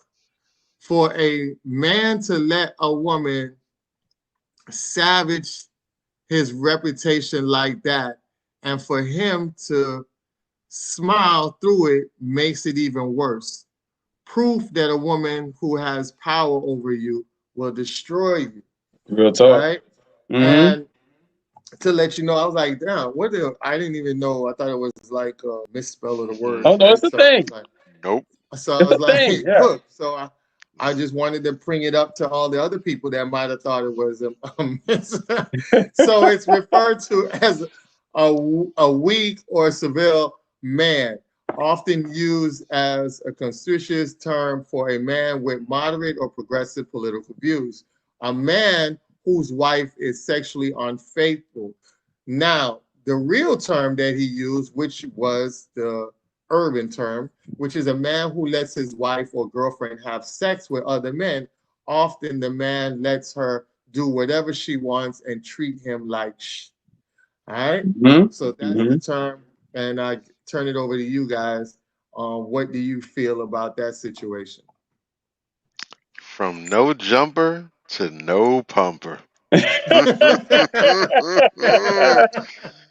You. Oh boy. Where do Yeah. I begin? There's just so much and so little at the same time. Oh man. Um. Oh. I mean, first off, pages worth 1,000 words. Yeah. There's no going back from that. And I got a lot of what Mans was saying in there. Mhm. That's ego talk. Let's be honest. And that's the Yeah. number one Bullshit. way how I'm positive that he's not okay. He's trying to Yeah. be okay. Exactly. He's trying to fight and soldier through it. Yeah. He's not okay. He's not. Because I'm looking at what he wrote there, and that's his account. I mean, if I was to pretend that I actually follow No Jumper and Adam 22, I would be lying. Mm-hmm. You should never believe a thing that comes out of my mouth again if I were to say that. Mhm. However, I'm a man. Yeah. I'm not every man, but I'm a man. And I know other men. I talk with other men. I'm friends with other men. I speak and chat and talk with other men from different walks of life, different races, different creeds, whatever. I talk to dudes who are into that kind of lifestyle and who are about that life. I talk to dudes who would never in a million years, if their life was on the line, go with that and everything in between. So I Yeah. know for the most part how we talk. Yeah. Men who are really about that life, they don't go ahead and worry about exaggerating whatever. They're at a place where either they're so confident in themselves in their relationship, or where they are so effete and essentially eunuchs that they don't need to use that kind of language, because either way, in either scenario, their identity is established. They know who they are, for better or for worse. It's either he's a weakling and he lets his wife go ahead and do what she wants because that's how she gets her satisfaction, Mm-hmm. or he has another dynamic where it's about conquest and domination after the fact, and that's his way of winning her back or whatever, and establishing himself as a dude, or whatever the psychology behind that is. But for Mhm. dude to come up and talk about cat about, she's watched me sleep with hundreds of women. Adam, no, she hasn't. She haven't. I'm not gonna say he doesn't get action. Maybe he doesn't. But if she's watched you lay it down with other women, it ain't no hundreds. Yeah. And I'm positive it's not dozens either, Adam. Man, come No, on. no, Really? Yeah. that's Really? not true. Exactly. And if And you you were gotta really hitting it like that, if you was yes. really about that action, that means that you got what the women want. Adam 22 ain't making nobody rich. He ain't breaking off a whole Exactly. bunch of bags to a bunch of bras like that either. So if he's hitting it like that, like he says he is, that's because the overall package. Pause. I don't want Cam and Mace instead maybe getting on me.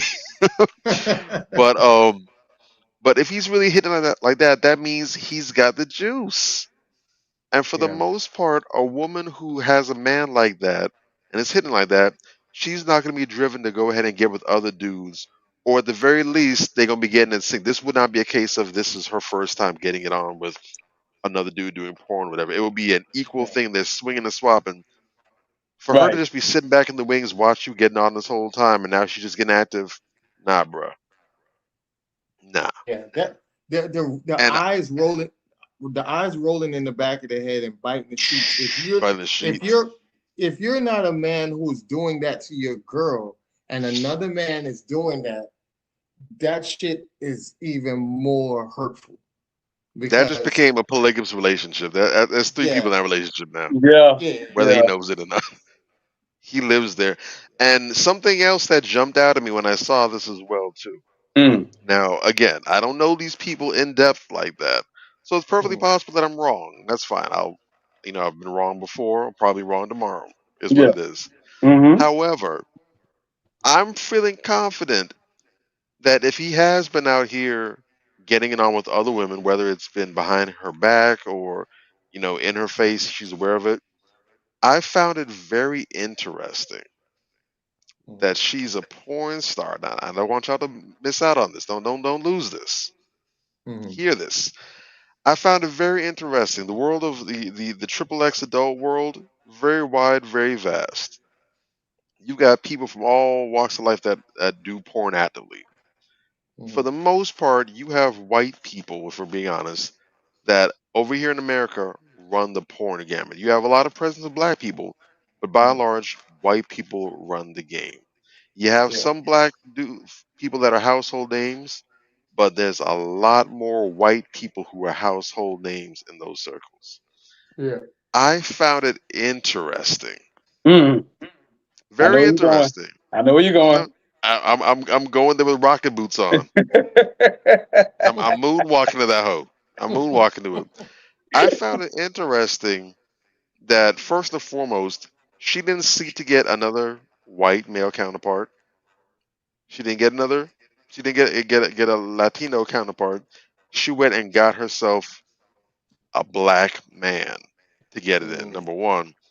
Number two, it didn't escape my notice that she went and got her, and no disrespect to the brother, but she got herself as stereotypical a Negro as you can get. Mm-hmm. If you were to go right now into a white person's dictionary and Uh-huh. look up the textbook, this is what the Negro is. Tatted up, got his hair, it's not neat and low or anything. He got his hair, all natural, puffed up. And the same with mine, like that, the same way. So Yeah. no shade. Mm-hmm. Tatted up all over. Uh-huh. He looks like what they would put on a poster at a white supremacist meeting when they're warning you about hide your wife, hide your kids. The niggas is out here raping. He Listen, looks like that. he looked And just on like top it. of that, I don't know. I don't know the brother's name. I've heard it in the past. I don't know his name, but I know that he's a regular on one of those porn networks called Blacked, where basically the whole premise is, white girls being run down by black dudes, either by a single black dude or gang banged by multiple black dudes. I know he at least gets down to that. So basically, she went out and got herself super nigga, one of Hillary Clinton's super predators. And based on what I heard from some of the women's reaction, this is a dude that is he packs weapons of mass internal destruction, Okay. Well, there it from what is. I heard. So Mhm. she went and got herself the biggest thing, and this goes back to the way that women operate. And this is why guys have to be careful as well Mm. when it comes to women, especially with white women. Mm. Dudes might do some stuff that's disrespectful and hurts women's feelings, but when a woman is really cut to the core, it's better if it's the best you can hope for is when she flies off the rails and starts slashing tires and breaking things. When a woman is quietly seething angry, she Lights doesn't out. just go and get revenge. She doesn't just go and wild out. She goes and she finds the thing or the things that she knows will cut you in your heart. Mm-hmm. Mm-hmm. She'll Yeah. find that thing, and she won't, take a chainsaw to you. She won't go and run you over the mat truck. But on some old school Julius Caesar type stuff, she will take that blade. It'll be a thin blade, but it's gonna be a long blade, and she will slowly stick it in the back and keep pushing all the way to the hilt. And you're gonna feel that. Mm-hmm. She went and got herself public enemy number one in the white supremacist male handbook, a big black nigga. That's what it is. And she allowed herself to enjoy every last bit of that. And I know there's usually a bit of acting that's going on with that kind of stuff, but I'm pretty sure that a lot of that she didn't have to try to act very hard. I think it Mm-hmm. was very easy to get into character because the character was certainly getting into her. Mm-hmm. But How I about that? believe whether it's because he's been doing whatever for too long, I think he knew good and damn well he didn't have any leg to stand on with her. Mm. And so, because she basically gave him, it's like that thing where a dude cheats and he tries to make it up with his wife, saying, "Okay, I'm sorry, you get a hall pass." And get a hall pass. I don't want a hall pass. Then she decides, "Okay, well, I want to lay with your best friend." What? Oh, she says a hall pass, right? No, it's my best friend. You can't. You said anybody, right? Yeah, but okay, that kind of deal. That So kind of deal. he's basically got to eat shit and grin. But I know this is aching him, and we're probably going to see some things in the weeks and months to come, what have you. Maybe not, It's coming. but Yeah, it's coming. I'm It's positive coming. that none of this sits well in his chest, like he's trying to make it out to be. But Exactly. again, time is the revealer of all things. Three things cannot be long hid: the sun, the moon, and the truth. We gonna see. Exactly. Real talk. Real talk. Listen, man, at the end of the day, this shit, it was so bugged out, man. I didn't even know what to think when I first saw this story. First of all, I mean, let's just talk about the elephant in the room. Okay. Who the fuck marries a porn star? And for I'm trained what too. purpose? For what purpose? Is there even such a thing as cheating if you're married to a porn star? Secondly, if you're a porn star, then what you do is get on camera and fuck people for money. Why is this even a story? This is what this bitch do. What are we talking about? Like what? What? Why is this a story? This is a porn star. Unless you're just trying to blow her up and, you know, take her name to the next level, which, you know, in Black society, nobody cares. And I don't know too many white guys that really watch No Jumper like that. So I don't know what his angle was, other than, to me, it kind of seems like he likes the BBC. You dig? That's To something me, else. that which is something else. But see, I didn't want to go there, but you know I'm gonna come that with was the another hatchet, bro. element. You know I'm gonna come with the hatchet. Fuck that. I'm going to go where no man has gone before. You dig? Because you don't just, you know, get a big black nigga to fuck your wife for her birthday present. I think it was a birthday or anniversary. It was a gift. It was a gift. You understand? To bang your wife if there's nothing in it for you, my dude. And Anthony, they gave you a half-ass definition for cuck, because a cuck, and the whole word is cuckold. Cuck is an abbreviation, but the whole word is cuckold.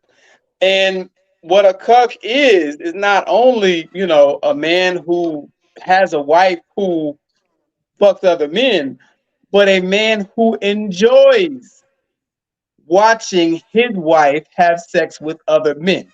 It arouses him. It turns him on. It's a low-key homoerotic, shout out Will Smith type of thing. You dig? So, did I say that out loud? Okay.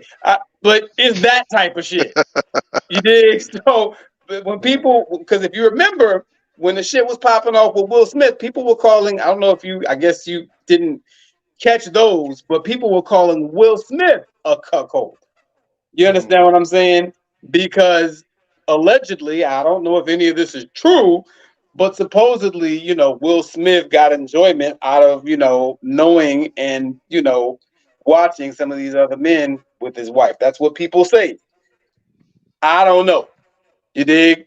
But that's the type of mentality that you're dealing with in the Adam 22 situation. It's confirmed with him. You dig? So I can kind of, you know, put a little extras on it. Like, okay, this is probably, you know, something that he enjoys. You dig? Because other than that, what the fuck would you do that for? It doesn't even make logical sense. You know, unless you're just hurting for money like that and you think this is going to, you know, blow you up and put you on another level, you know, and he had to pay this guy, what, $10,000? His rate was $4,000. The guy's rate was $4,000. He paid him $10,000. Yeah. He really wanted to see that shit. You dig? Because you got this for your wife for a gift, your porn star wife as a gift. There's nothing that you say that you can say one way or the other that makes this make sense to me. You understand what I'm saying? And people want to go on talking about how this Adam 22 guy is such an alpha, and you know he be speaking the real shit about, you know, dating and relationships and all this shit. And this is why I side eye some of these people, man. You listen to morons like this. It's clearly an extraordinarily beta man. You understand what I'm saying? And you're going to tell me that this is your king? Really? This is the guy that you look to for advice. Yeah. Nigga, drink bleach. If you look to this type of dude for any type of advice on women. Same thing with this other guy, Rolex Amasi, who's supposedly the father of the Red Pill movement, the godfather of the Red Pill movement. I've heard this man speak a couple of times. He ain't talking about nothing of consequence. He ain't talking about nothing real. You know, and what I've come to the conclusion of is there are some people out here, because of the leadership vacuum that is, right?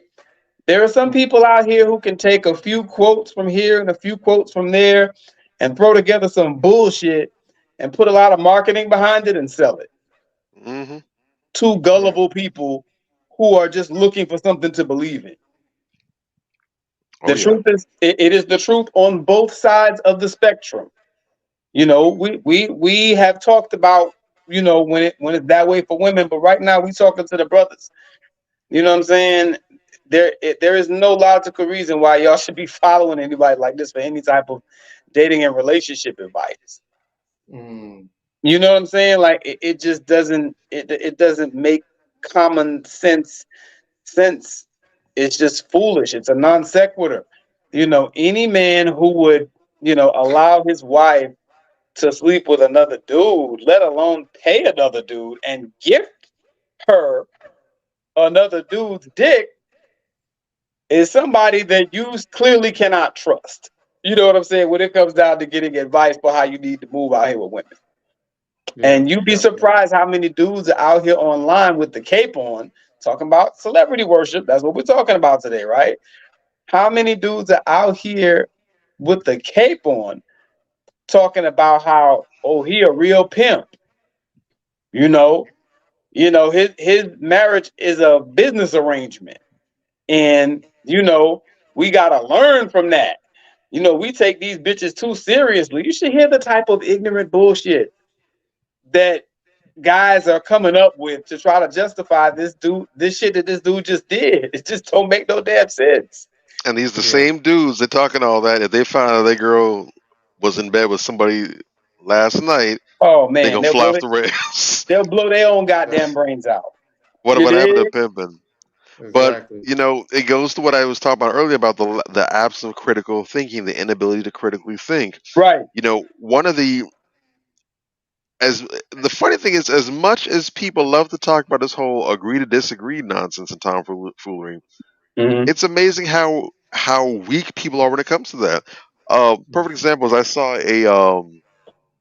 a quote earlier from, of all people, Ann Coulter, where that first off, the fact That's that she's still alive was a shock. I hadn't heard that name in oh forever. my god. She Where they dig her actually, up from? well, I don't know, but she came back and it was a different flavor of Ann Coulter this time around. She Mm, was out here perfectly decimating um the logic against reparations. He was talking about how, yes, he's talking about how all these other groups piggyback on the efforts and the legitimacy of black people needing reparations and needing restoration due to what has been experienced from chattel slavery and Jim Crow semi-slavery and everything else. what's And talk up? about how all these other groups that are jumping in, they have no business doing as such. Black people are the ones that need these things. And she was spot on. There was not from the clips that I saw, there was not a single thing she said that was incorrect. It was spot on.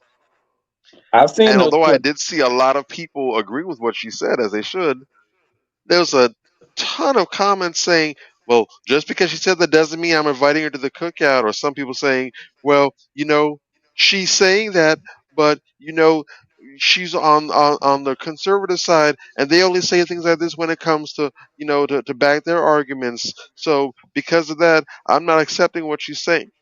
And I'm sitting back like saying, you Nimrods realize that you don't have to necessarily like somebody or to be on board with them just because they said something that you agree with. Right? You can literally recognize and acknowledge that this is a broken clock moment. Mm-hmm. Real This talk. this person 23 other hours out of the day will have it wrong.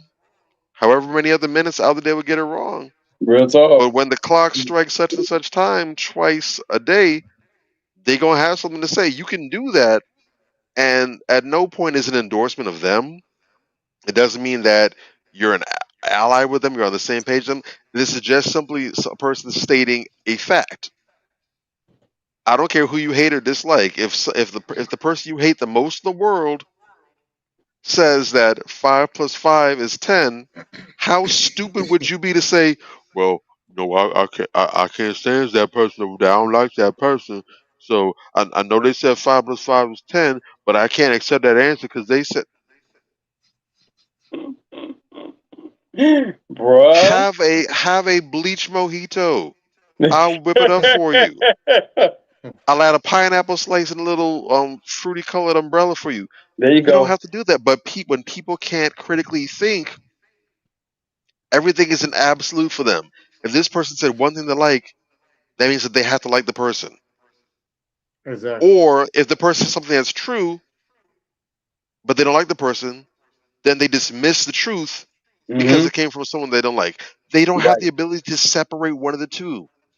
Real They talk. can't say, they can't acknowledge that this person who I'm on board with, they said one thing I disagree with, but because they only said one thing, that doesn't mean I have to throw them out altogether. And they That's been can't be on the opposite end and say, well, this person said something that's really, really true. I agree with 100%, but I don't rock with them, so I'm just accepting what they're saying, but my view of stance on them hasn't changed. They can't do that because that's upper level thinking. That's critical thinking. because They they're can't do that. emotional. They're emotional. Definitely. Definitely. They're And people being who do emotional. celebrity worship, they're typically in that boat because that's low IQ. That's as was it Gil Scott Heron said, people who've checked in and checked out. Real talk. Definitely. So, Hmm. definitely want to go to this next thing real quick because I know we got time. We're limited on time. So, Go ahead, man. this next one, I want to get y'all take on it real quick. As you guys know, celebrity nonsense does come with celebrity worship. And we see a lot of these women going around here getting BBLs and all these unnecessary surgery. So this IG influencer, Ari Fletcher, new surgery, a bra under her skin screwed into her ribs. Bruh, I'm done. I'm logging off. Dog, I'm done. I'm done. Really? This They, gonna be a they new made that trend. shit up, bro. That's a lie. Stop lying on that girl. They made that Yeah. up. This is gonna be a new trend. I'm telling Bro. you, it's nonsense trying to outbig other nonsense. Like it's Wow. crazy. Like it's crazy. Wow. But I just wanted I to didn't bring see that that one up. coming, bro. I didn't see that one coming, but you know what? At the end of the day, there are certain signs. They said that there will be signs when the end is near. You dig? And if that ain't a sign, I don't know what is. Because, it's bad enough that you have all these women out here that hate themselves. I'm going to call it what it is. People call it cosmetic enhancement. People call it, wearing a weave 365 or a wig 365 24/7. I call it self-hatred. I call it what it is. You got a problem? See me. You understand? But this is taking even that to a new level. What you have to ask yourself, what purpose does it serve to to put surgery on yourself to add a bra to yourself and screw it into your ribs? You don't, I mean, just even on a basic common sense level, you don't think that you could have health complications with a bra attached to your body and screwed into your rib? You don't think that there's a possibility you could have health complications? And are you sure that's not like some fake news? Are you sure? Uh, I don't know. I just ran across it and it was something very interesting. I don't know, man. That shit. I mean, what? Because I can't even understand how. First of all, the practical reason why you would do something like that, and how that remains without a person having serious health complications. You know Yeah, what I'm saying? it's this actually is old. It's actually from September 14, 2020. Ari Fletcher gets experimental internal bra plastic surgery procedure, and this is from BET.com. Jesus Christ! Wow, I'm done. Whoo! I gotta go smoke something, and I don't smoke. You know what I'm saying? Like I need a cigarette. Really? Yeah. The level of self-hatred that I see from sisters is so troubling. You know, it really makes me feel sorry for them. You know, sisters, you black women, you are enough. Black women, you are beautiful in your purest form. You don't need to do this. You know, you don't need to risk your life in order to follow the latest trend, in order to, you know, give yourself this validation that you constantly seek. And they'll tell you left and right, oh, we're not seeking no validation. Yes, you are. Mm. Constantly, every second, every nanosecond of every day. When you do some stupid shit like this, you are seeking validation constantly. What in And the you I want to despise play yourself. a game jigsaw type of shit is this? Real talk. It sounds like some bullshit out This of sa- a yo, movie. this What? sounds like a terribly written idea for a trap from a Saw sequel. It Some does. fashion designer, some Victoria's Uh, Secret designer gets kidnapped or wakes up in some sawmill or in some subway train or something, and there's this damn bra sewn to their ribs. And they got like, that's what the hell this sound like. bruh. Where would you who? Oh, Yeah. I, Well, I, I'm You I'm at a know, loss for words, man. you the Normally, guys, I most have some. dangerous thing that ever happened was the ability for people to become famous and develop regard without having time. There was a time when, in order to be on anyone's TV, to be on anyone's newspaper, to be known to be famous, you had to actually have a talent. You had to be able to sing, to dance, to perform. You had to be an artist. You had to be an actor, an actress. You had to do something of note. The people that did shit like this to just garner attention, yeah. they had a mechanism for that back in the day, very low tech. It was, and I'm not even being funny. It was known as the freak show. Sure was. You were Sure a was. side act as a carnival. You were a carnival. You were a side act on the carnival. Usually, you had the respect of your fellow carnies and your travelers, but by the public, you were considered the bottom tier. You were where people went to go and gawk and stare. The bearded lady, the Mhm. people, the twins with two heads or whatever, the girl with the bra sewn into her skin, whatever. That's where this would be placed under as. So damn weirdo. This was never anything people aspired to, but nowadays you can be famous for absolutely nothing, for being Mm. dumber than everybody else, Yes, because that's what and this not is. not famous like, honey, look at that jackass over that. Don't stare. That's not nice, Phil. Not that kind of famous. No, You can famous fame. actually be known. Oh my God, that's Ari. I look up to you. I mean, it's crazy. I Remember what I said before. The worst thing, the worst thing for a person to suffer is not negative attention. It's no attention at all. It's to be ignored altogether. mm-hmm. When these people who do not get attention, and it stems from childhood, Mhm. It does. either a missing mother, a missing father, parents worked all the time. They worked around the clock, 60 hours a day, like you're talking about. They don't have time to actually be present in their child's life, or whatever. All overlooked in school.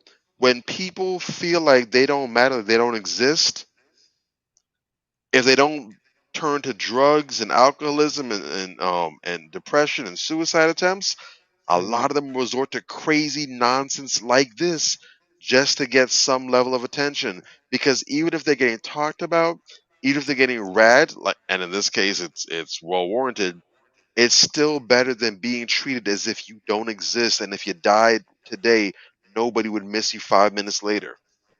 Mhm. It is very important, and I'm not being funny. This is a hilarious situation, but it's no laughing matter. It is very important. Listen to me. My parents and those who don't have children yet, but they're aspiring to have children one day. It is mission critical that you be there for your children. A Real talk. large part of that comes to making sacrifices, but more importantly, laying down the foundation in advance. A lot of our children are not planned. We just have a really good night. The henny gets involved. Ain't no protection involved whatsoever, and the children just pop up. Yeah.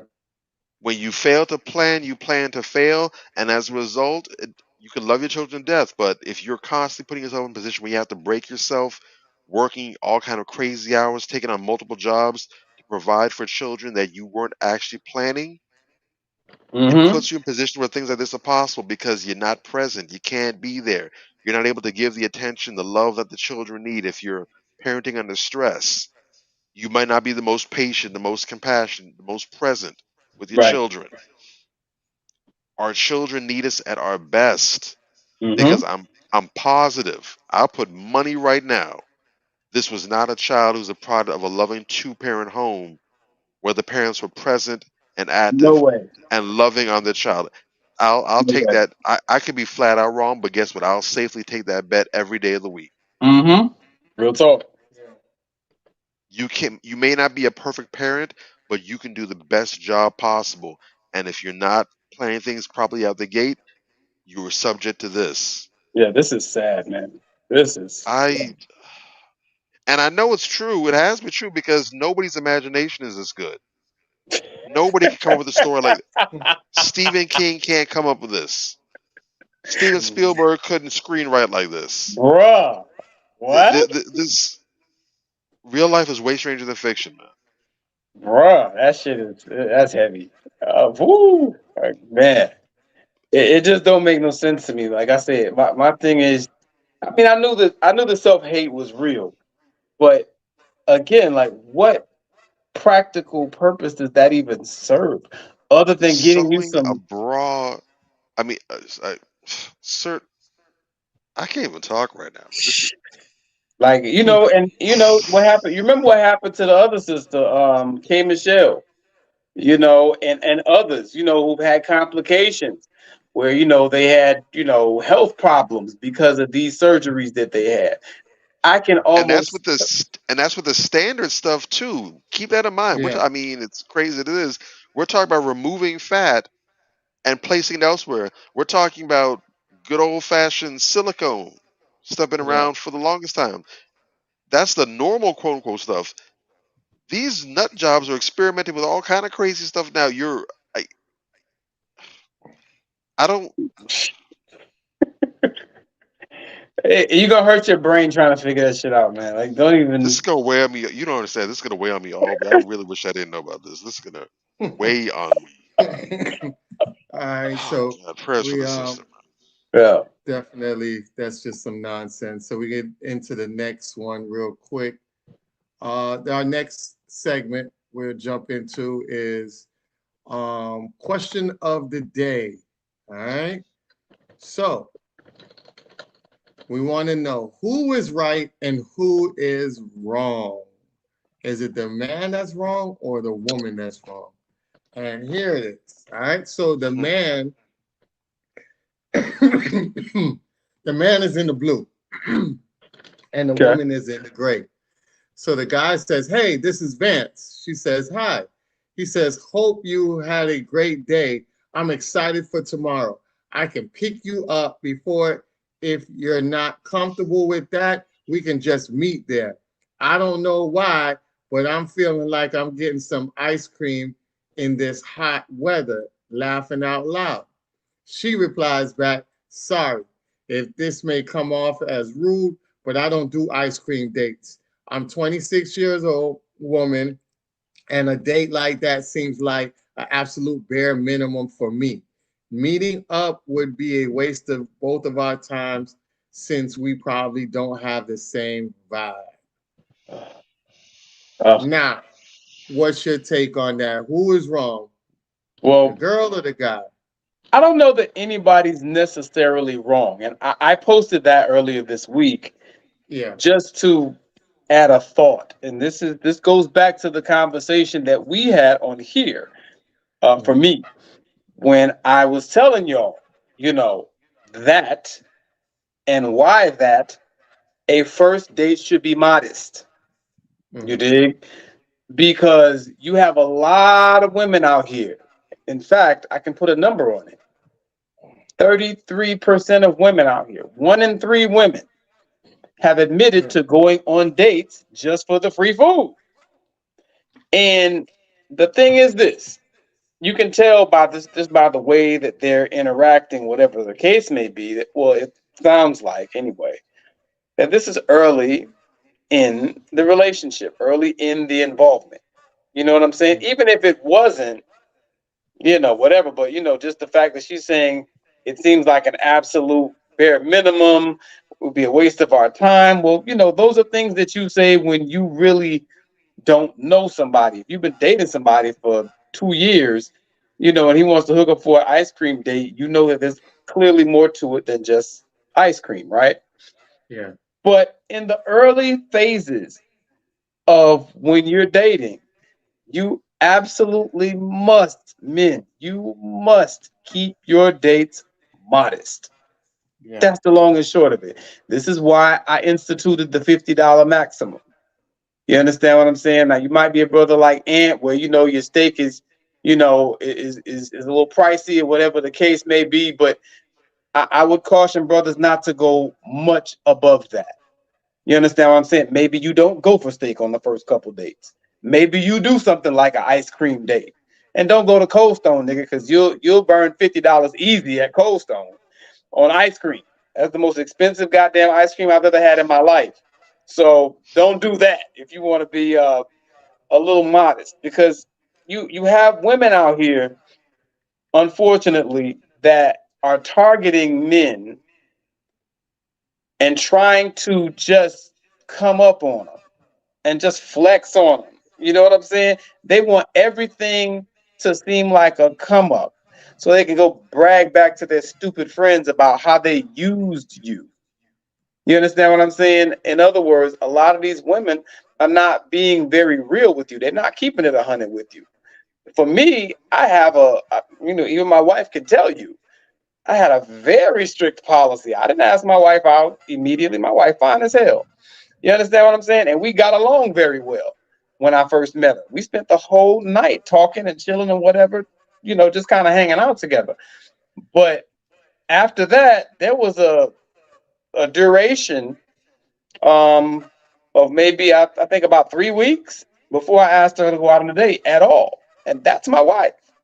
And I knew I had genuine interest in her, but you have to vet these women before you even ask them out on a date, because every woman don't deserve to be taken on a date. You dig? And it's because of bullshit like this. This sense of entitlement, you got to check that shit at the door. You got to check it at the door. This is a new involvement. Even for him identifying himself, hi, this is Vance. So obviously she don't know this guy like that. Hi, this is Vance. This is probably the first time they're going out. She hasn't done anything of consequence yet to have earned lobster and steak. The fuck I'm taking you out for lobster and steak for? I don't even know if I like you like that. Yeah. And this came from actually, I had to check myself, because I met this, woman back in the day, fine young lady, whatever the case may be. She was flirting and smiling right and all that. I'm like, yo, we got to go out.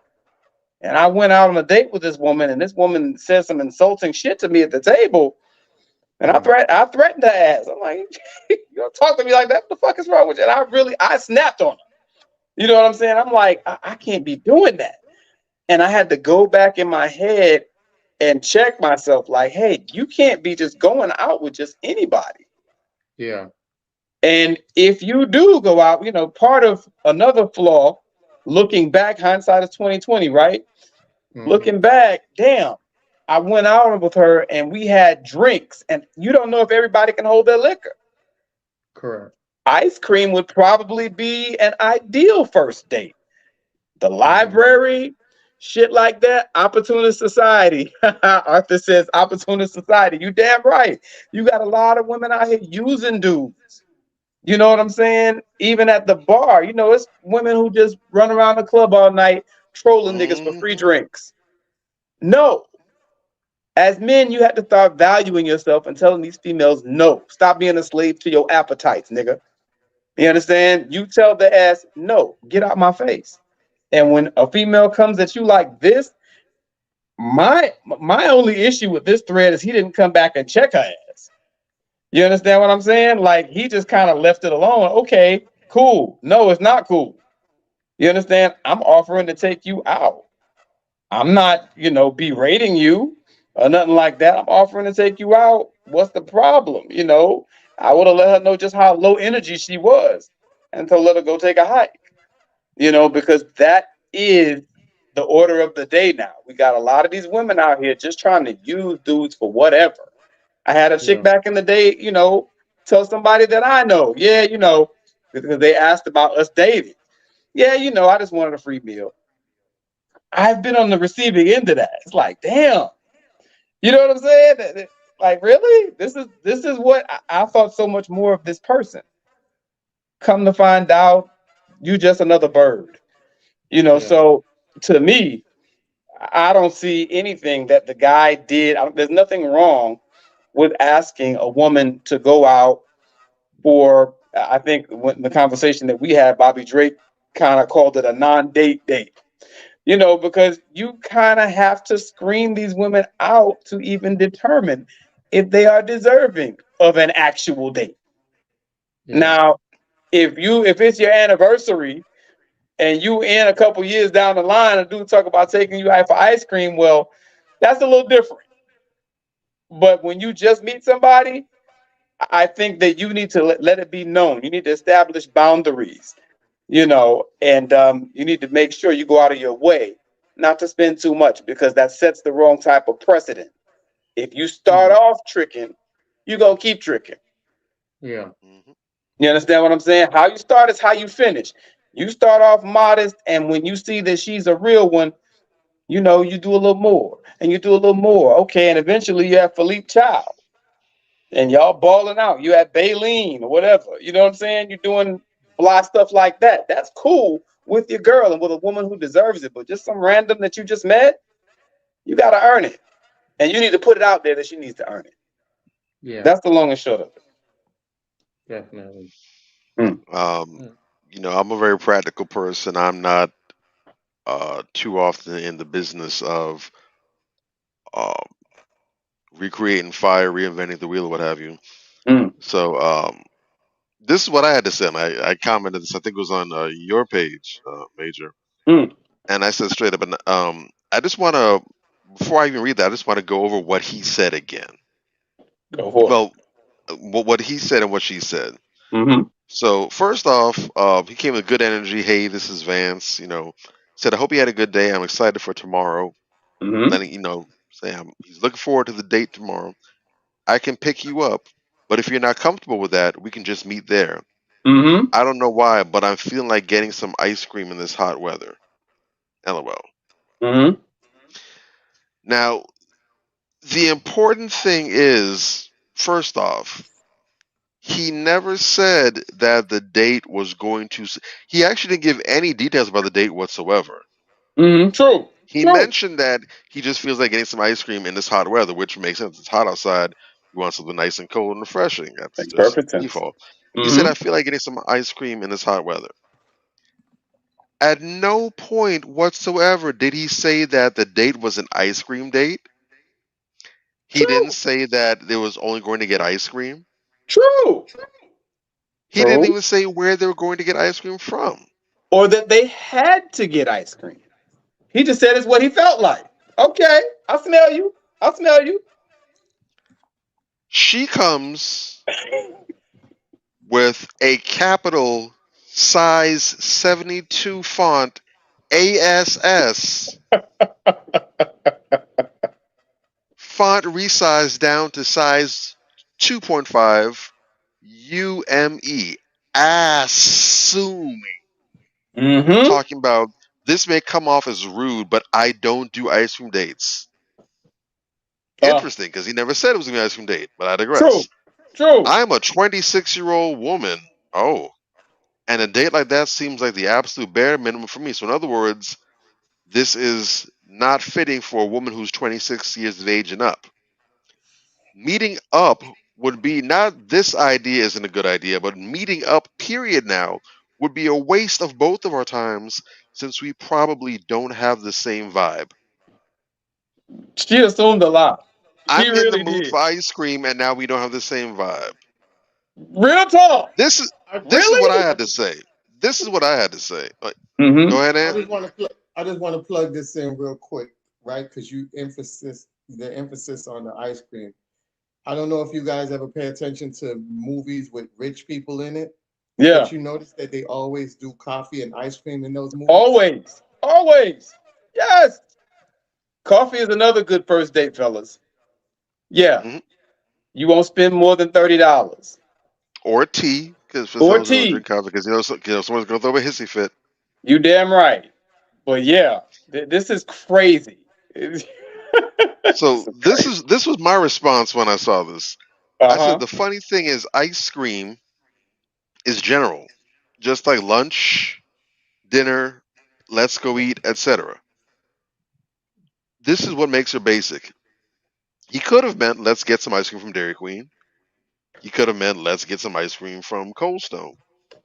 He could have meant let's get some ice cream from the Whitney or any other high level place, maybe some bed and breakfast or some really dope spot you discovered.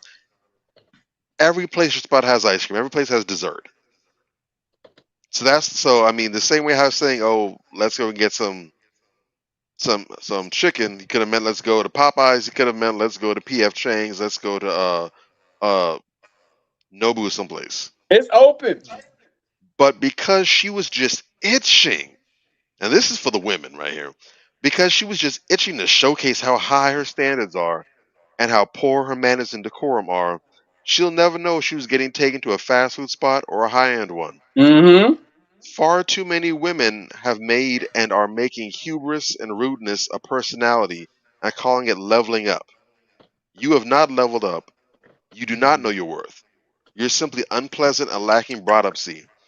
And I'm seeing this now. This is being pushed all across social media like it's got wheels on it. This idea of women knowing their worth, not settling for less, from a bunch of women who either have been given the bare minimum of life or who feel that they've just been receiving the bare minimum of life.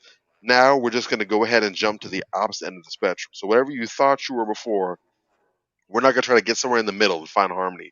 We're going to jump to the extreme polar opposite now, and all of a sudden, I deserve top of the line everything.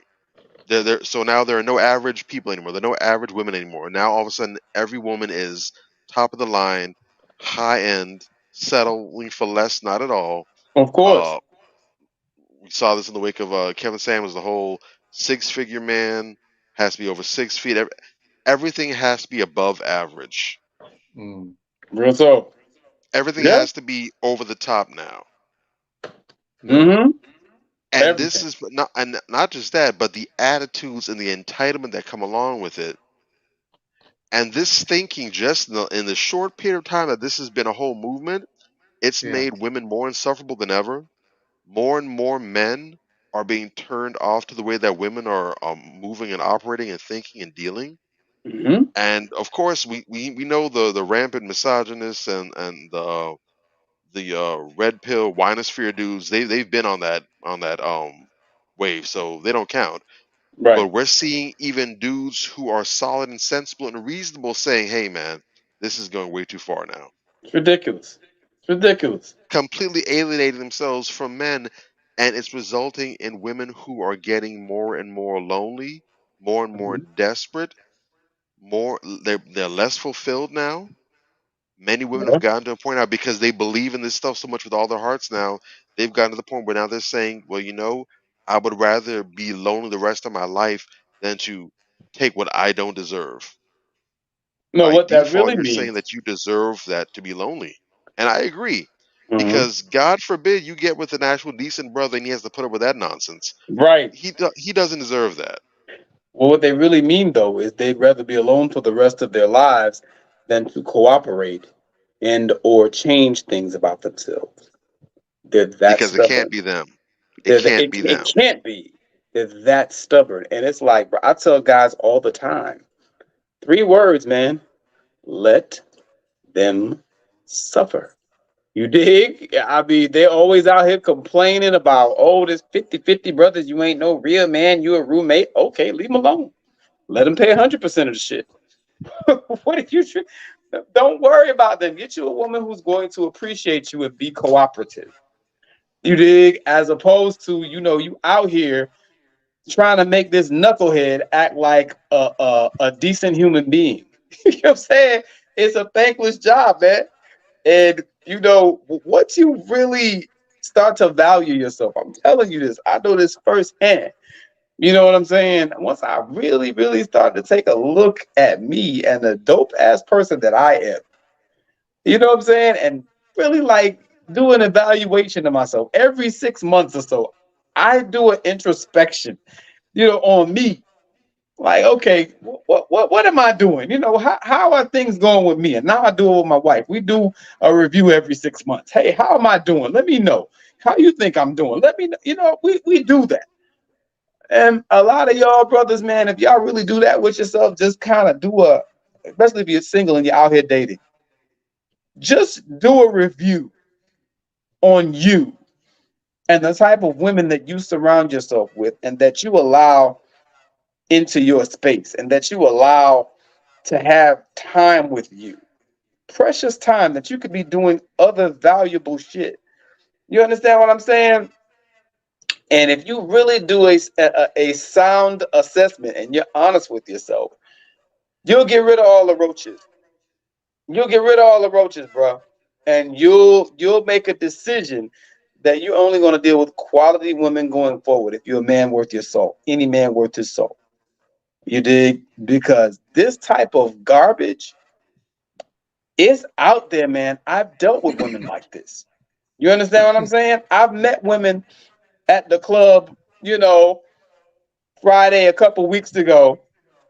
I call this chick Sunday, Monday, she don't answer. I call her later on in the week, another time, she don't answer.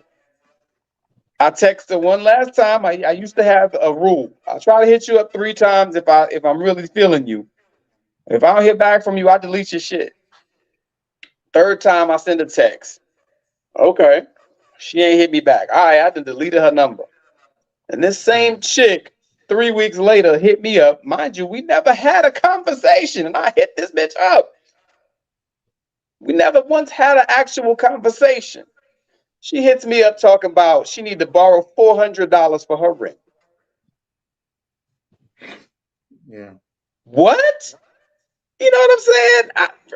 Dude, it just angers me that people feel that it's okay to just use. I would never disrespect a sister like that. You know what I'm saying? I never even had a conversation with you. And the first time that I hit you up, I'm asking you for something. This sister, and I take that back. I'm not gonna use that terminology. This sister, you understand what I'm saying?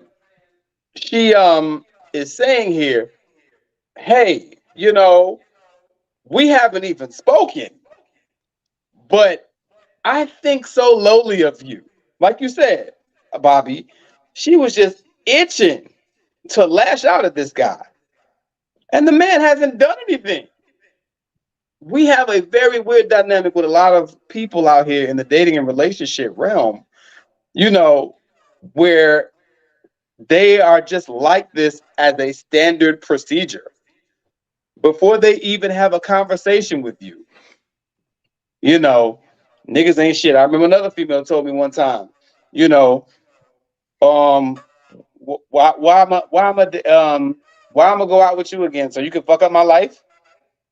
What? Was that like, yo, this was a seemingly nice young lady, carried herself well, she dressed nice, she had the appearance of a normal, decent girl. And I'm like, we went out, even our first date was cool. And the next time we got on the phone, you're like, so you want to get to know me better? Why I'm gonna go out with you again so you can fuck up my life? I'm like, whoa, where did that come from? That's how this girl comes off to be. Like at the door, there's just vitriol. there's just hatred towards him. I've been that guy who's on the other side of that. You understand what I'm saying? And it's not a good feeling. But this is the importance of vetting, you know, to get these people out of the way. And to tie this back into our topic, what do the city girls on their song say? Real ass bitch, give a fuck about a nigga. Isn't that what they say? That's what this Yeah. is. That's what this is. You understand what I'm saying? There's always this talk of being a boss bitch, being a bad bitch. First of all, you're calling yourself a bitch. And there's this undertone of not having any regard for what men have to say or what men feel. Shout out Keke Palmer. And so, yeah, this ties right in with what we're talking about, because these celebrities are constantly putting this energy out there.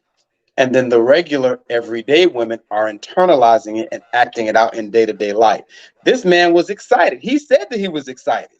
He's like, hey, I'm excited for tomorrow. I hope you had a good day. You know, I can pick you up, you know, whatever. I mean, this guy's happy, clearly in a good mood, excited about seeing this mongrel on the other side of this message. This is horrible, man. We got to do better than this. You know what I'm saying? We really got to do better than this. This is absolutely uncalled for. Definitely, man. I just hope the brother, he dodged the bullet, and I Uh-huh. hope to see that brother prosper in a relationship with somebody that really values him and Real talk. will give him a chance at first and won't assume or, you know, think of the worst. And that's how brothers flourish into later on into relationships that's meaningful and take women very serious and don't become bitter in the long run. So I'm kind of glad he just dodged that bullet. And Yeah. you know, when you vetting out people, it's always good. Um, it is a video that I wanted to post about a guy, um, and it wouldn't pop up, but this guy, he said to these girls, like, you know, y'all look good, and the girls didn't really respond to him, and then he just became real irate about it because he wanted a response. And then he started going into, oh, I'll slit y'all throats and I'll have y'all asses on the news and this and that, and y'all bitches. Oh, God. And I'm like, and Wow. I wanted to play that video because I want people to understand that, you know, there are dusty dudes out there. And for all you dusty dudes out there, all you Negro nerds and the guys that really aren't getting played like that, because a guy who's getting played like that is not going to take offense if a woman, you know, listens to his compliment or take heed to his compliment. Whether they do or not, it doesn't phase the guy who is out here getting women and getting the attention and is being choosed by different women. He's not going to take that into anything negative. You know what I'm saying? He's going to be like, all right, beloved, you know, have a good day. Have a good night, ladies. Y'all be safe. And keep it moving. I've done that Right. plenty of times. But this No guy doubt. really went over the edge. And it was real sad to see this guy melt down over a situation like that. But fellas, I just want you guys to know that when you are complimenting a woman, they do not owe you any response in return. It's throwing your bait out there. You know what I'm saying? You're going to throw your bait out there in the water. You might get a hit, you might not. Guess what? You don't get a hit, what you going to do? Take your line out the water and go to another spot. That's Throw it. your line out there Moving. until you get a bite, right? That's what you do. You don't go out there and make threats to nobody, because at the end of the day, this is somebody's mother. This is somebody's sister. No This is doubt. somebody's relative. And you wouldn't want nobody to threaten your relative, because you'd be the first one to get on that phone and be like, yeah, where you at? I'm coming there now because I'm coming to protect you. Yeah. You would be out there ready to beat the shit out of a guy who talked to your sister or, you know, your mother like that. So don't do it for Rightly so, nobody too. else. You know what I'm saying? Don't do it for nobody else. Don't do that to nobody else. Yeah, that's foul. Respect women how you want people to respect the women in your life. You know, and if you don't respect the women in your life, then guess what?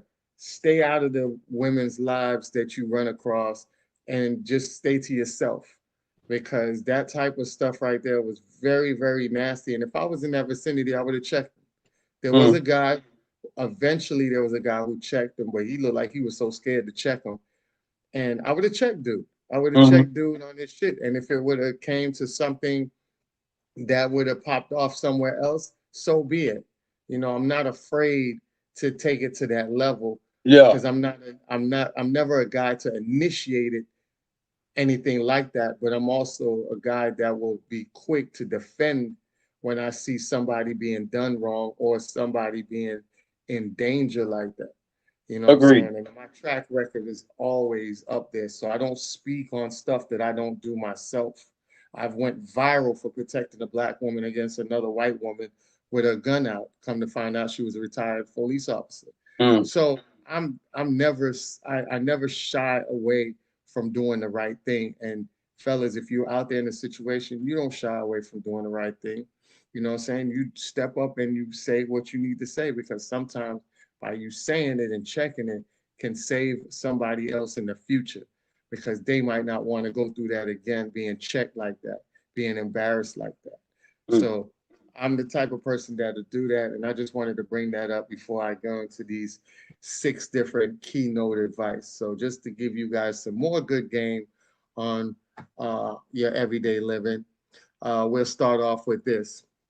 All right. So the first one is being physically attractive is a great way to get attention. Being mentally attractive is the only way to keep it. Educate yourself, address your reoccurring toxic thoughts, deal with insecurities, and learn to be happy alone. All right. Yeah. Second, normalize saying no without needing to over-explain yourself. If someone is offended by your boundaries, that's their problem. The best weight you'll ever lose in this is the weight of other people's opinions of you. Third, don't subscribe to other people's definition of fun. Fun doesn't mean drinking, partying, socializing. Fun can be a night alone, getting lost in a book, a deep conversation, a walk, creating art, playing music, or doing your work. Fun is yours to define.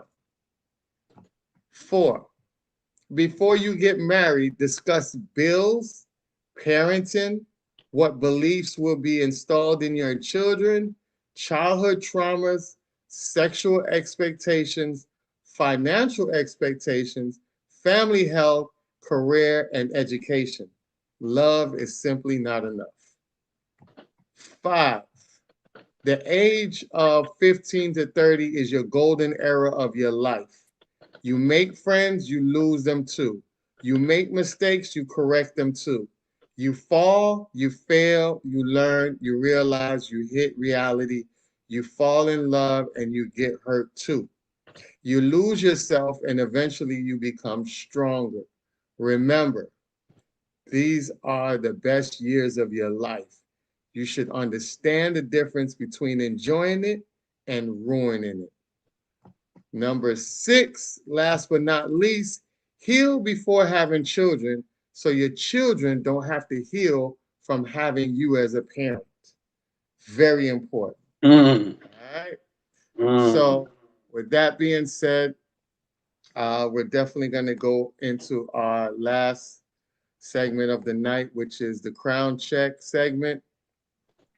And definitely want to acknowledge, and we talk about celebrity worshiping. This woman here is a celebrity, but nobody really worships her, and she's been doing phenomenal work throughout her career. And that lady is no other than, boom. Y'all know who that is? Debbie Allen. Debbie Allen. Come on, man. Do I know who that is? Debbie Allen is a beast. Debbie Allen is a monster out here. Yeah, I know who that is. Very worthy candidate. The wonderful Debbie Allen. You know what I'm saying? So, Debbie Allen, as you guys know, Debbie K. Allen, born January 16, 1950, an American actress, dancer, choreography, singer, songwriter, director, producer, and former member of the President's Committee of the Arts and Humanities. She also been nominated 20 times for an Emmy Award, winning 5, Wow. 2 Tony Awards, and also won a Golden Globe Award. Received a star on the Hollywood Walk of Fame in 1991. Wow. A Wow. lot of people don't even know that. Okay, in the articles of the Museum of Broadcast Communication, the Hollywood Reporter commented on Allen's impact as a producer director of the television series A Different World. The show dealt with life of the students at the fictional historical Black college, Hillman. Ran for 6 seasons on NBC. The Hollywood Reporter is quoted to stating that when Debbie Allen became the producer and usually director of The Different World after the first season, she transformed it from a bland Cosby spinoff into a lively, socially responsible and situation comedy. She did. Directed total of 83 episodes. The sister was phenomenal. She on fire. Impactful, and she kept us on that Black wave and made sure that we had great content that put us in the right direction. And during that time, a lot of us, we had our parents out there hustling and working long hours. But guess what?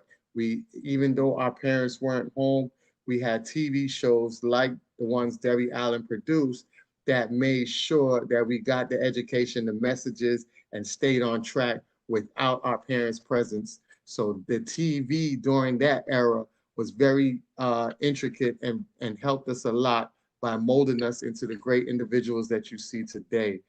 And a lot of people didn't understand that, but I'm very thankful for Debbie Allen. And you guys know the apple don't fall too far from the tree. And so her sister, a lot of people might not know, is Felicia Rashad. So you got two great women who are very impactful in the Black community. So we definitely want to shout out these queens, and especially Debbie Allen, for doing such a phenomenal job.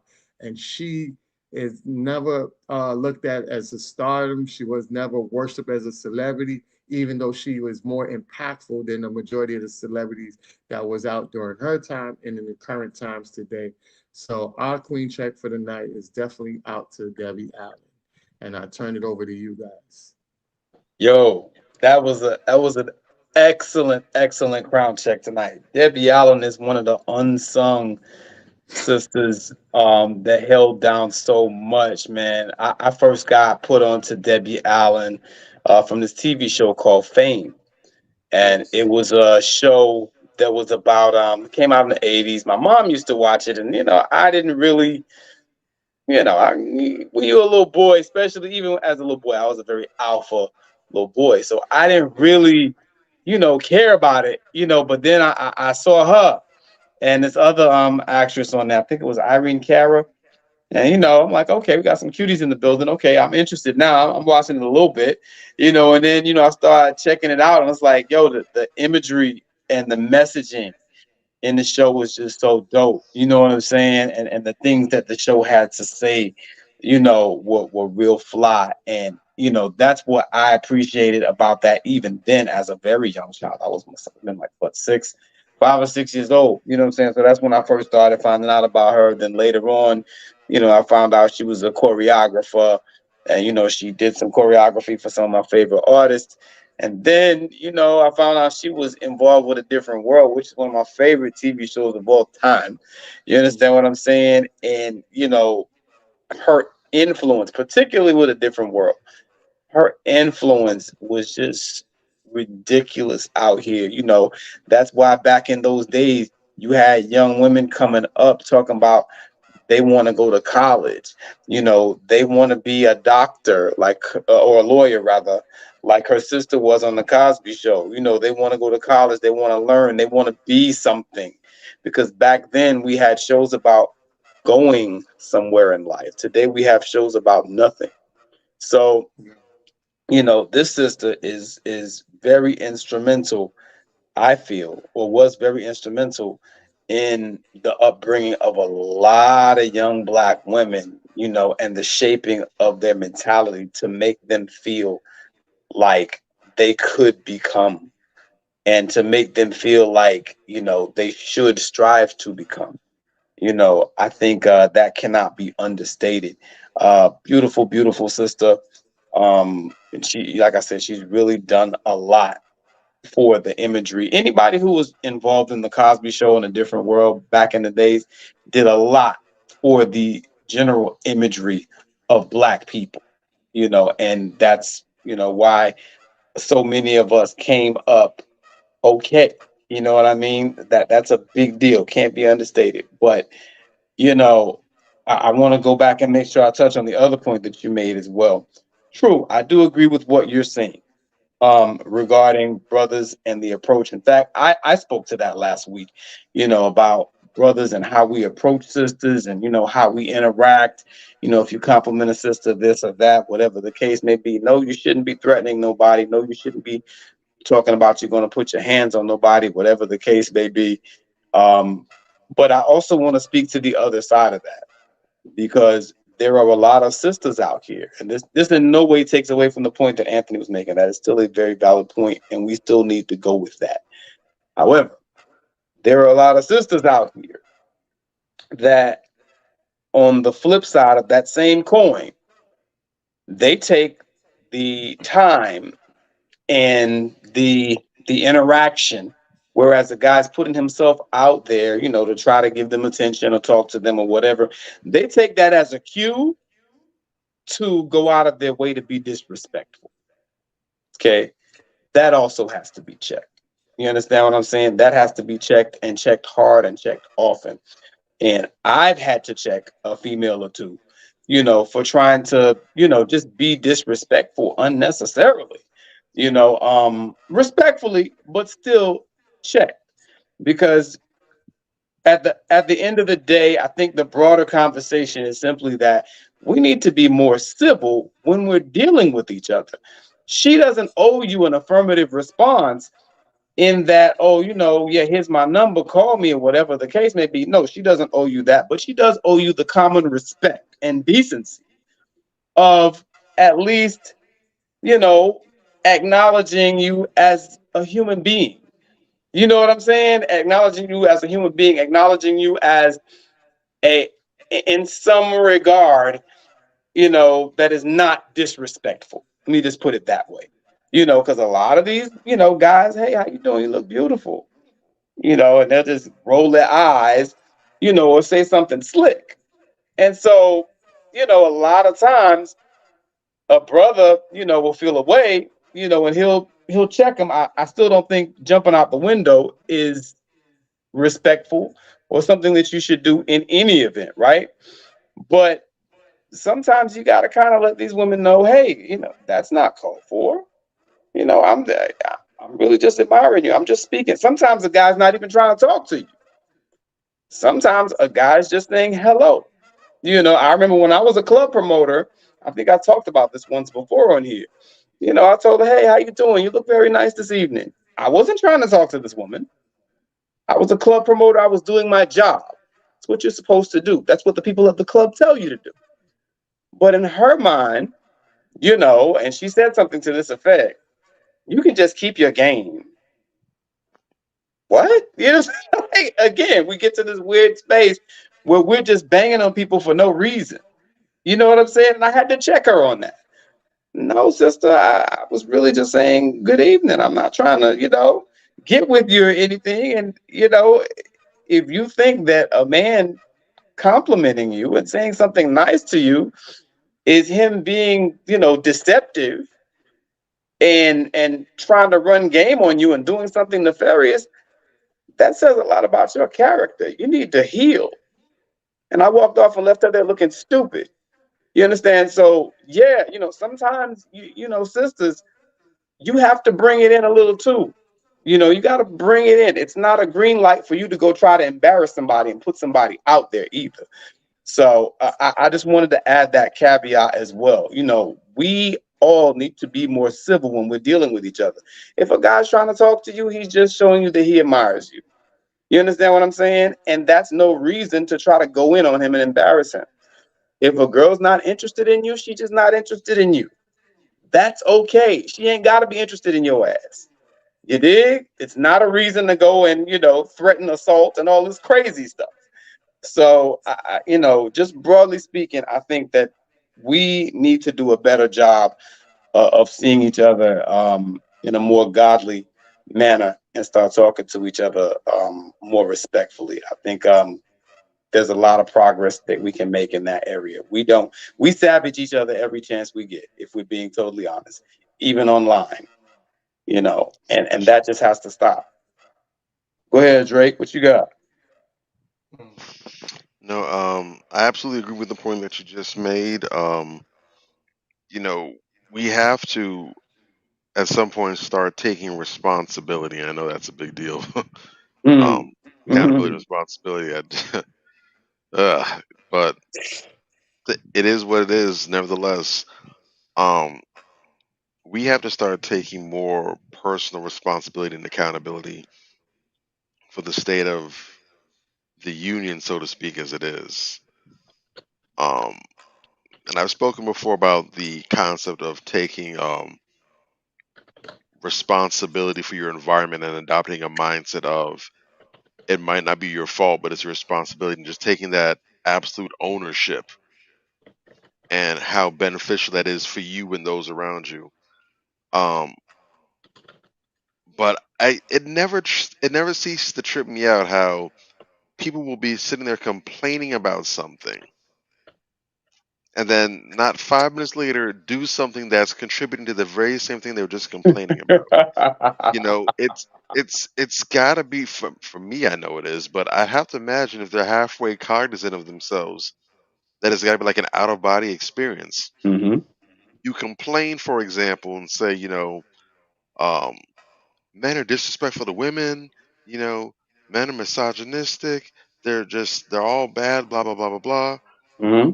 And then out the blue, they'll go ahead and say something completely disrespectful and unwarranted to a male, Yeah. and it's like, ma'am, right now we don't see this how men are all such and such and such and this. We just see you being swayed towards men. Hmm. Real talk.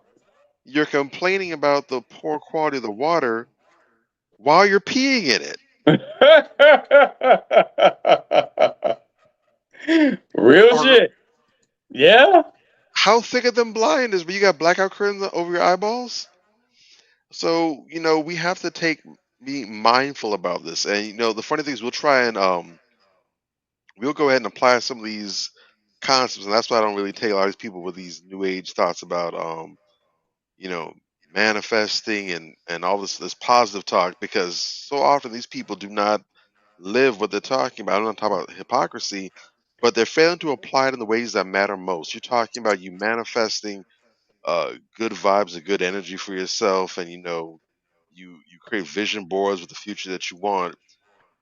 But here you are just pooing all on the present. You're complaining Right. about how you're being treated by opposite sex. Meanwhile, you're not doing anything that even shows that you're a person that I'd want to even look at for 2 seconds, let alone be courteous and kind to. Um, and of course, it's not just women; it works the other way as well too. But we got to be mindful of these things. Hmm. Um, don't just be mindful of what you're putting out there in one aspect. Be mindful of what you're putting out there in all aspects. Correct. But to go back to the sister, I don't want to take any time off her. Yeah, Debbie Allen, man, as Awesome.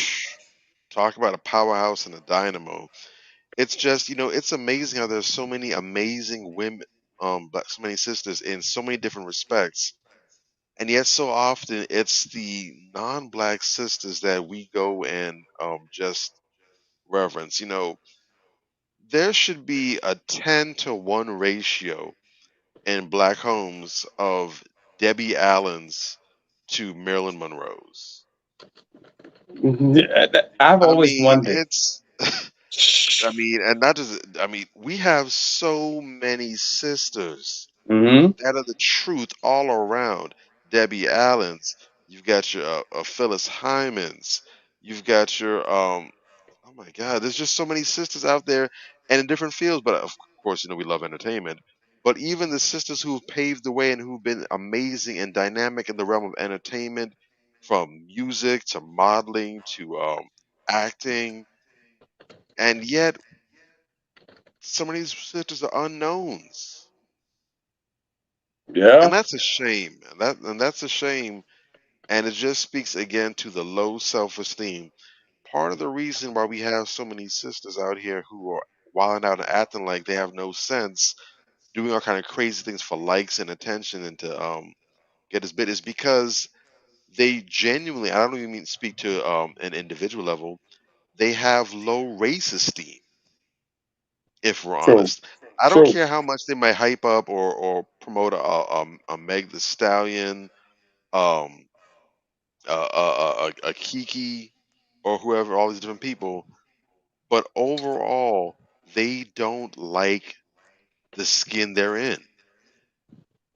And Real just talk. because they don't go out and bleach their skin and do all kind of crazy things like that, that doesn't mean that they don't suffer from low race esteem. Real talk. If you have, and again, go ahead, send the smoke my way. I'm a chimney. I was built for it.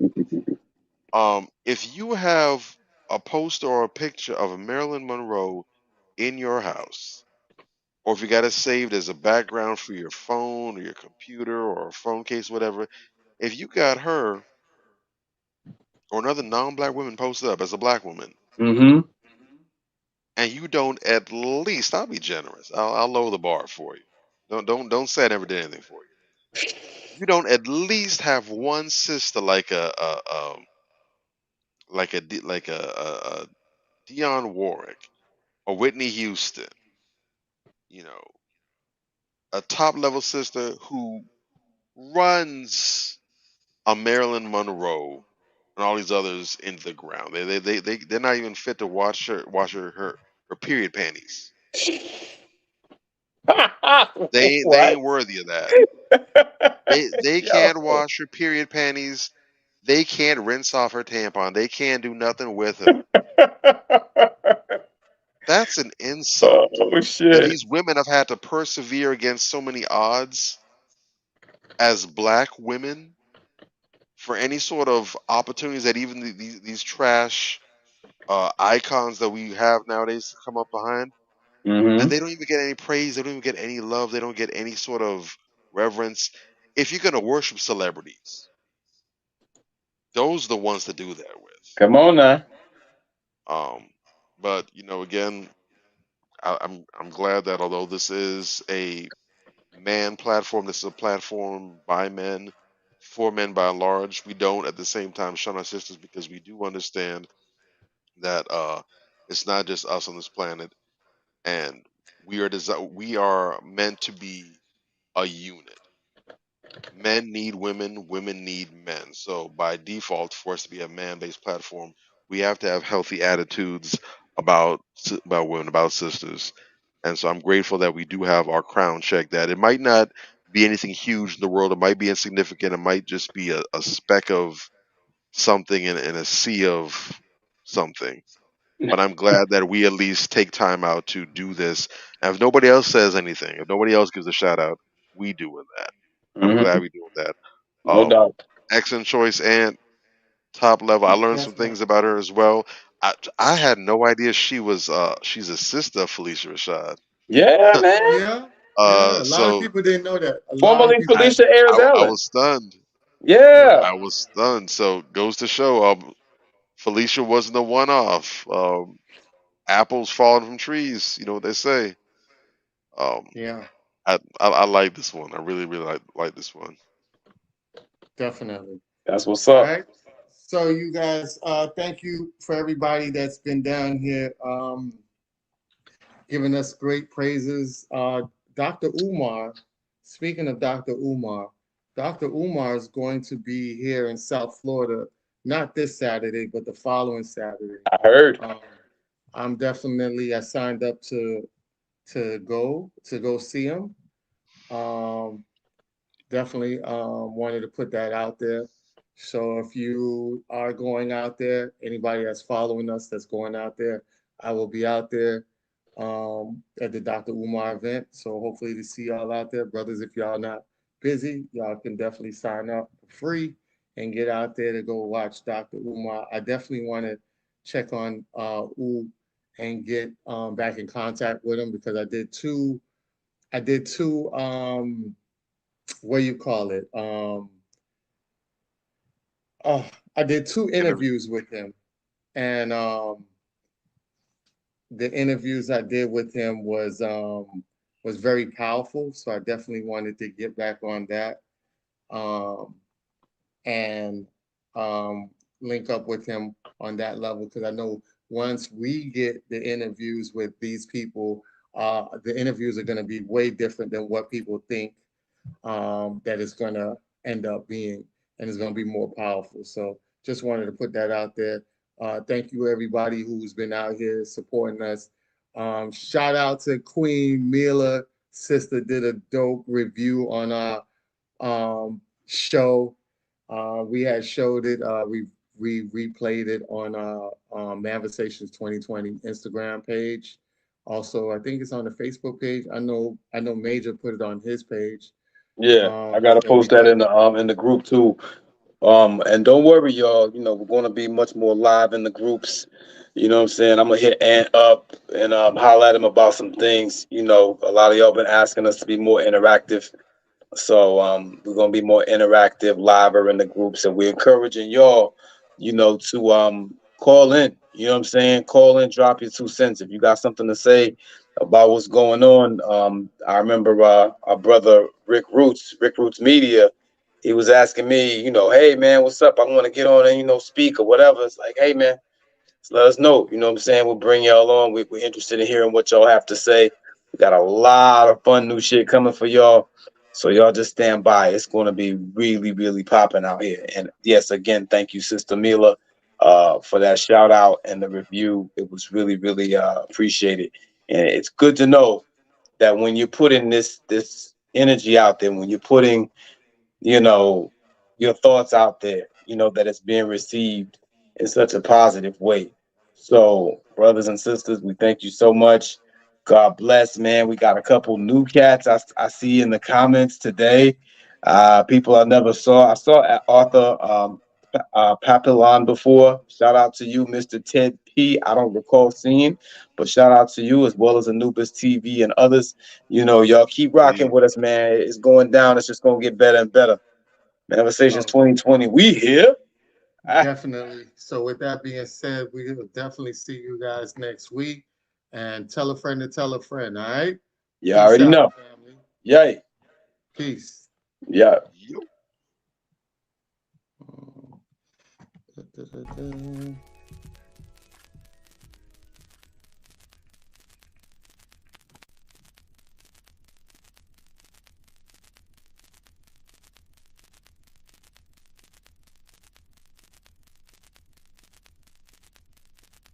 On the album, we do things like songs that are a little, what we call sexy.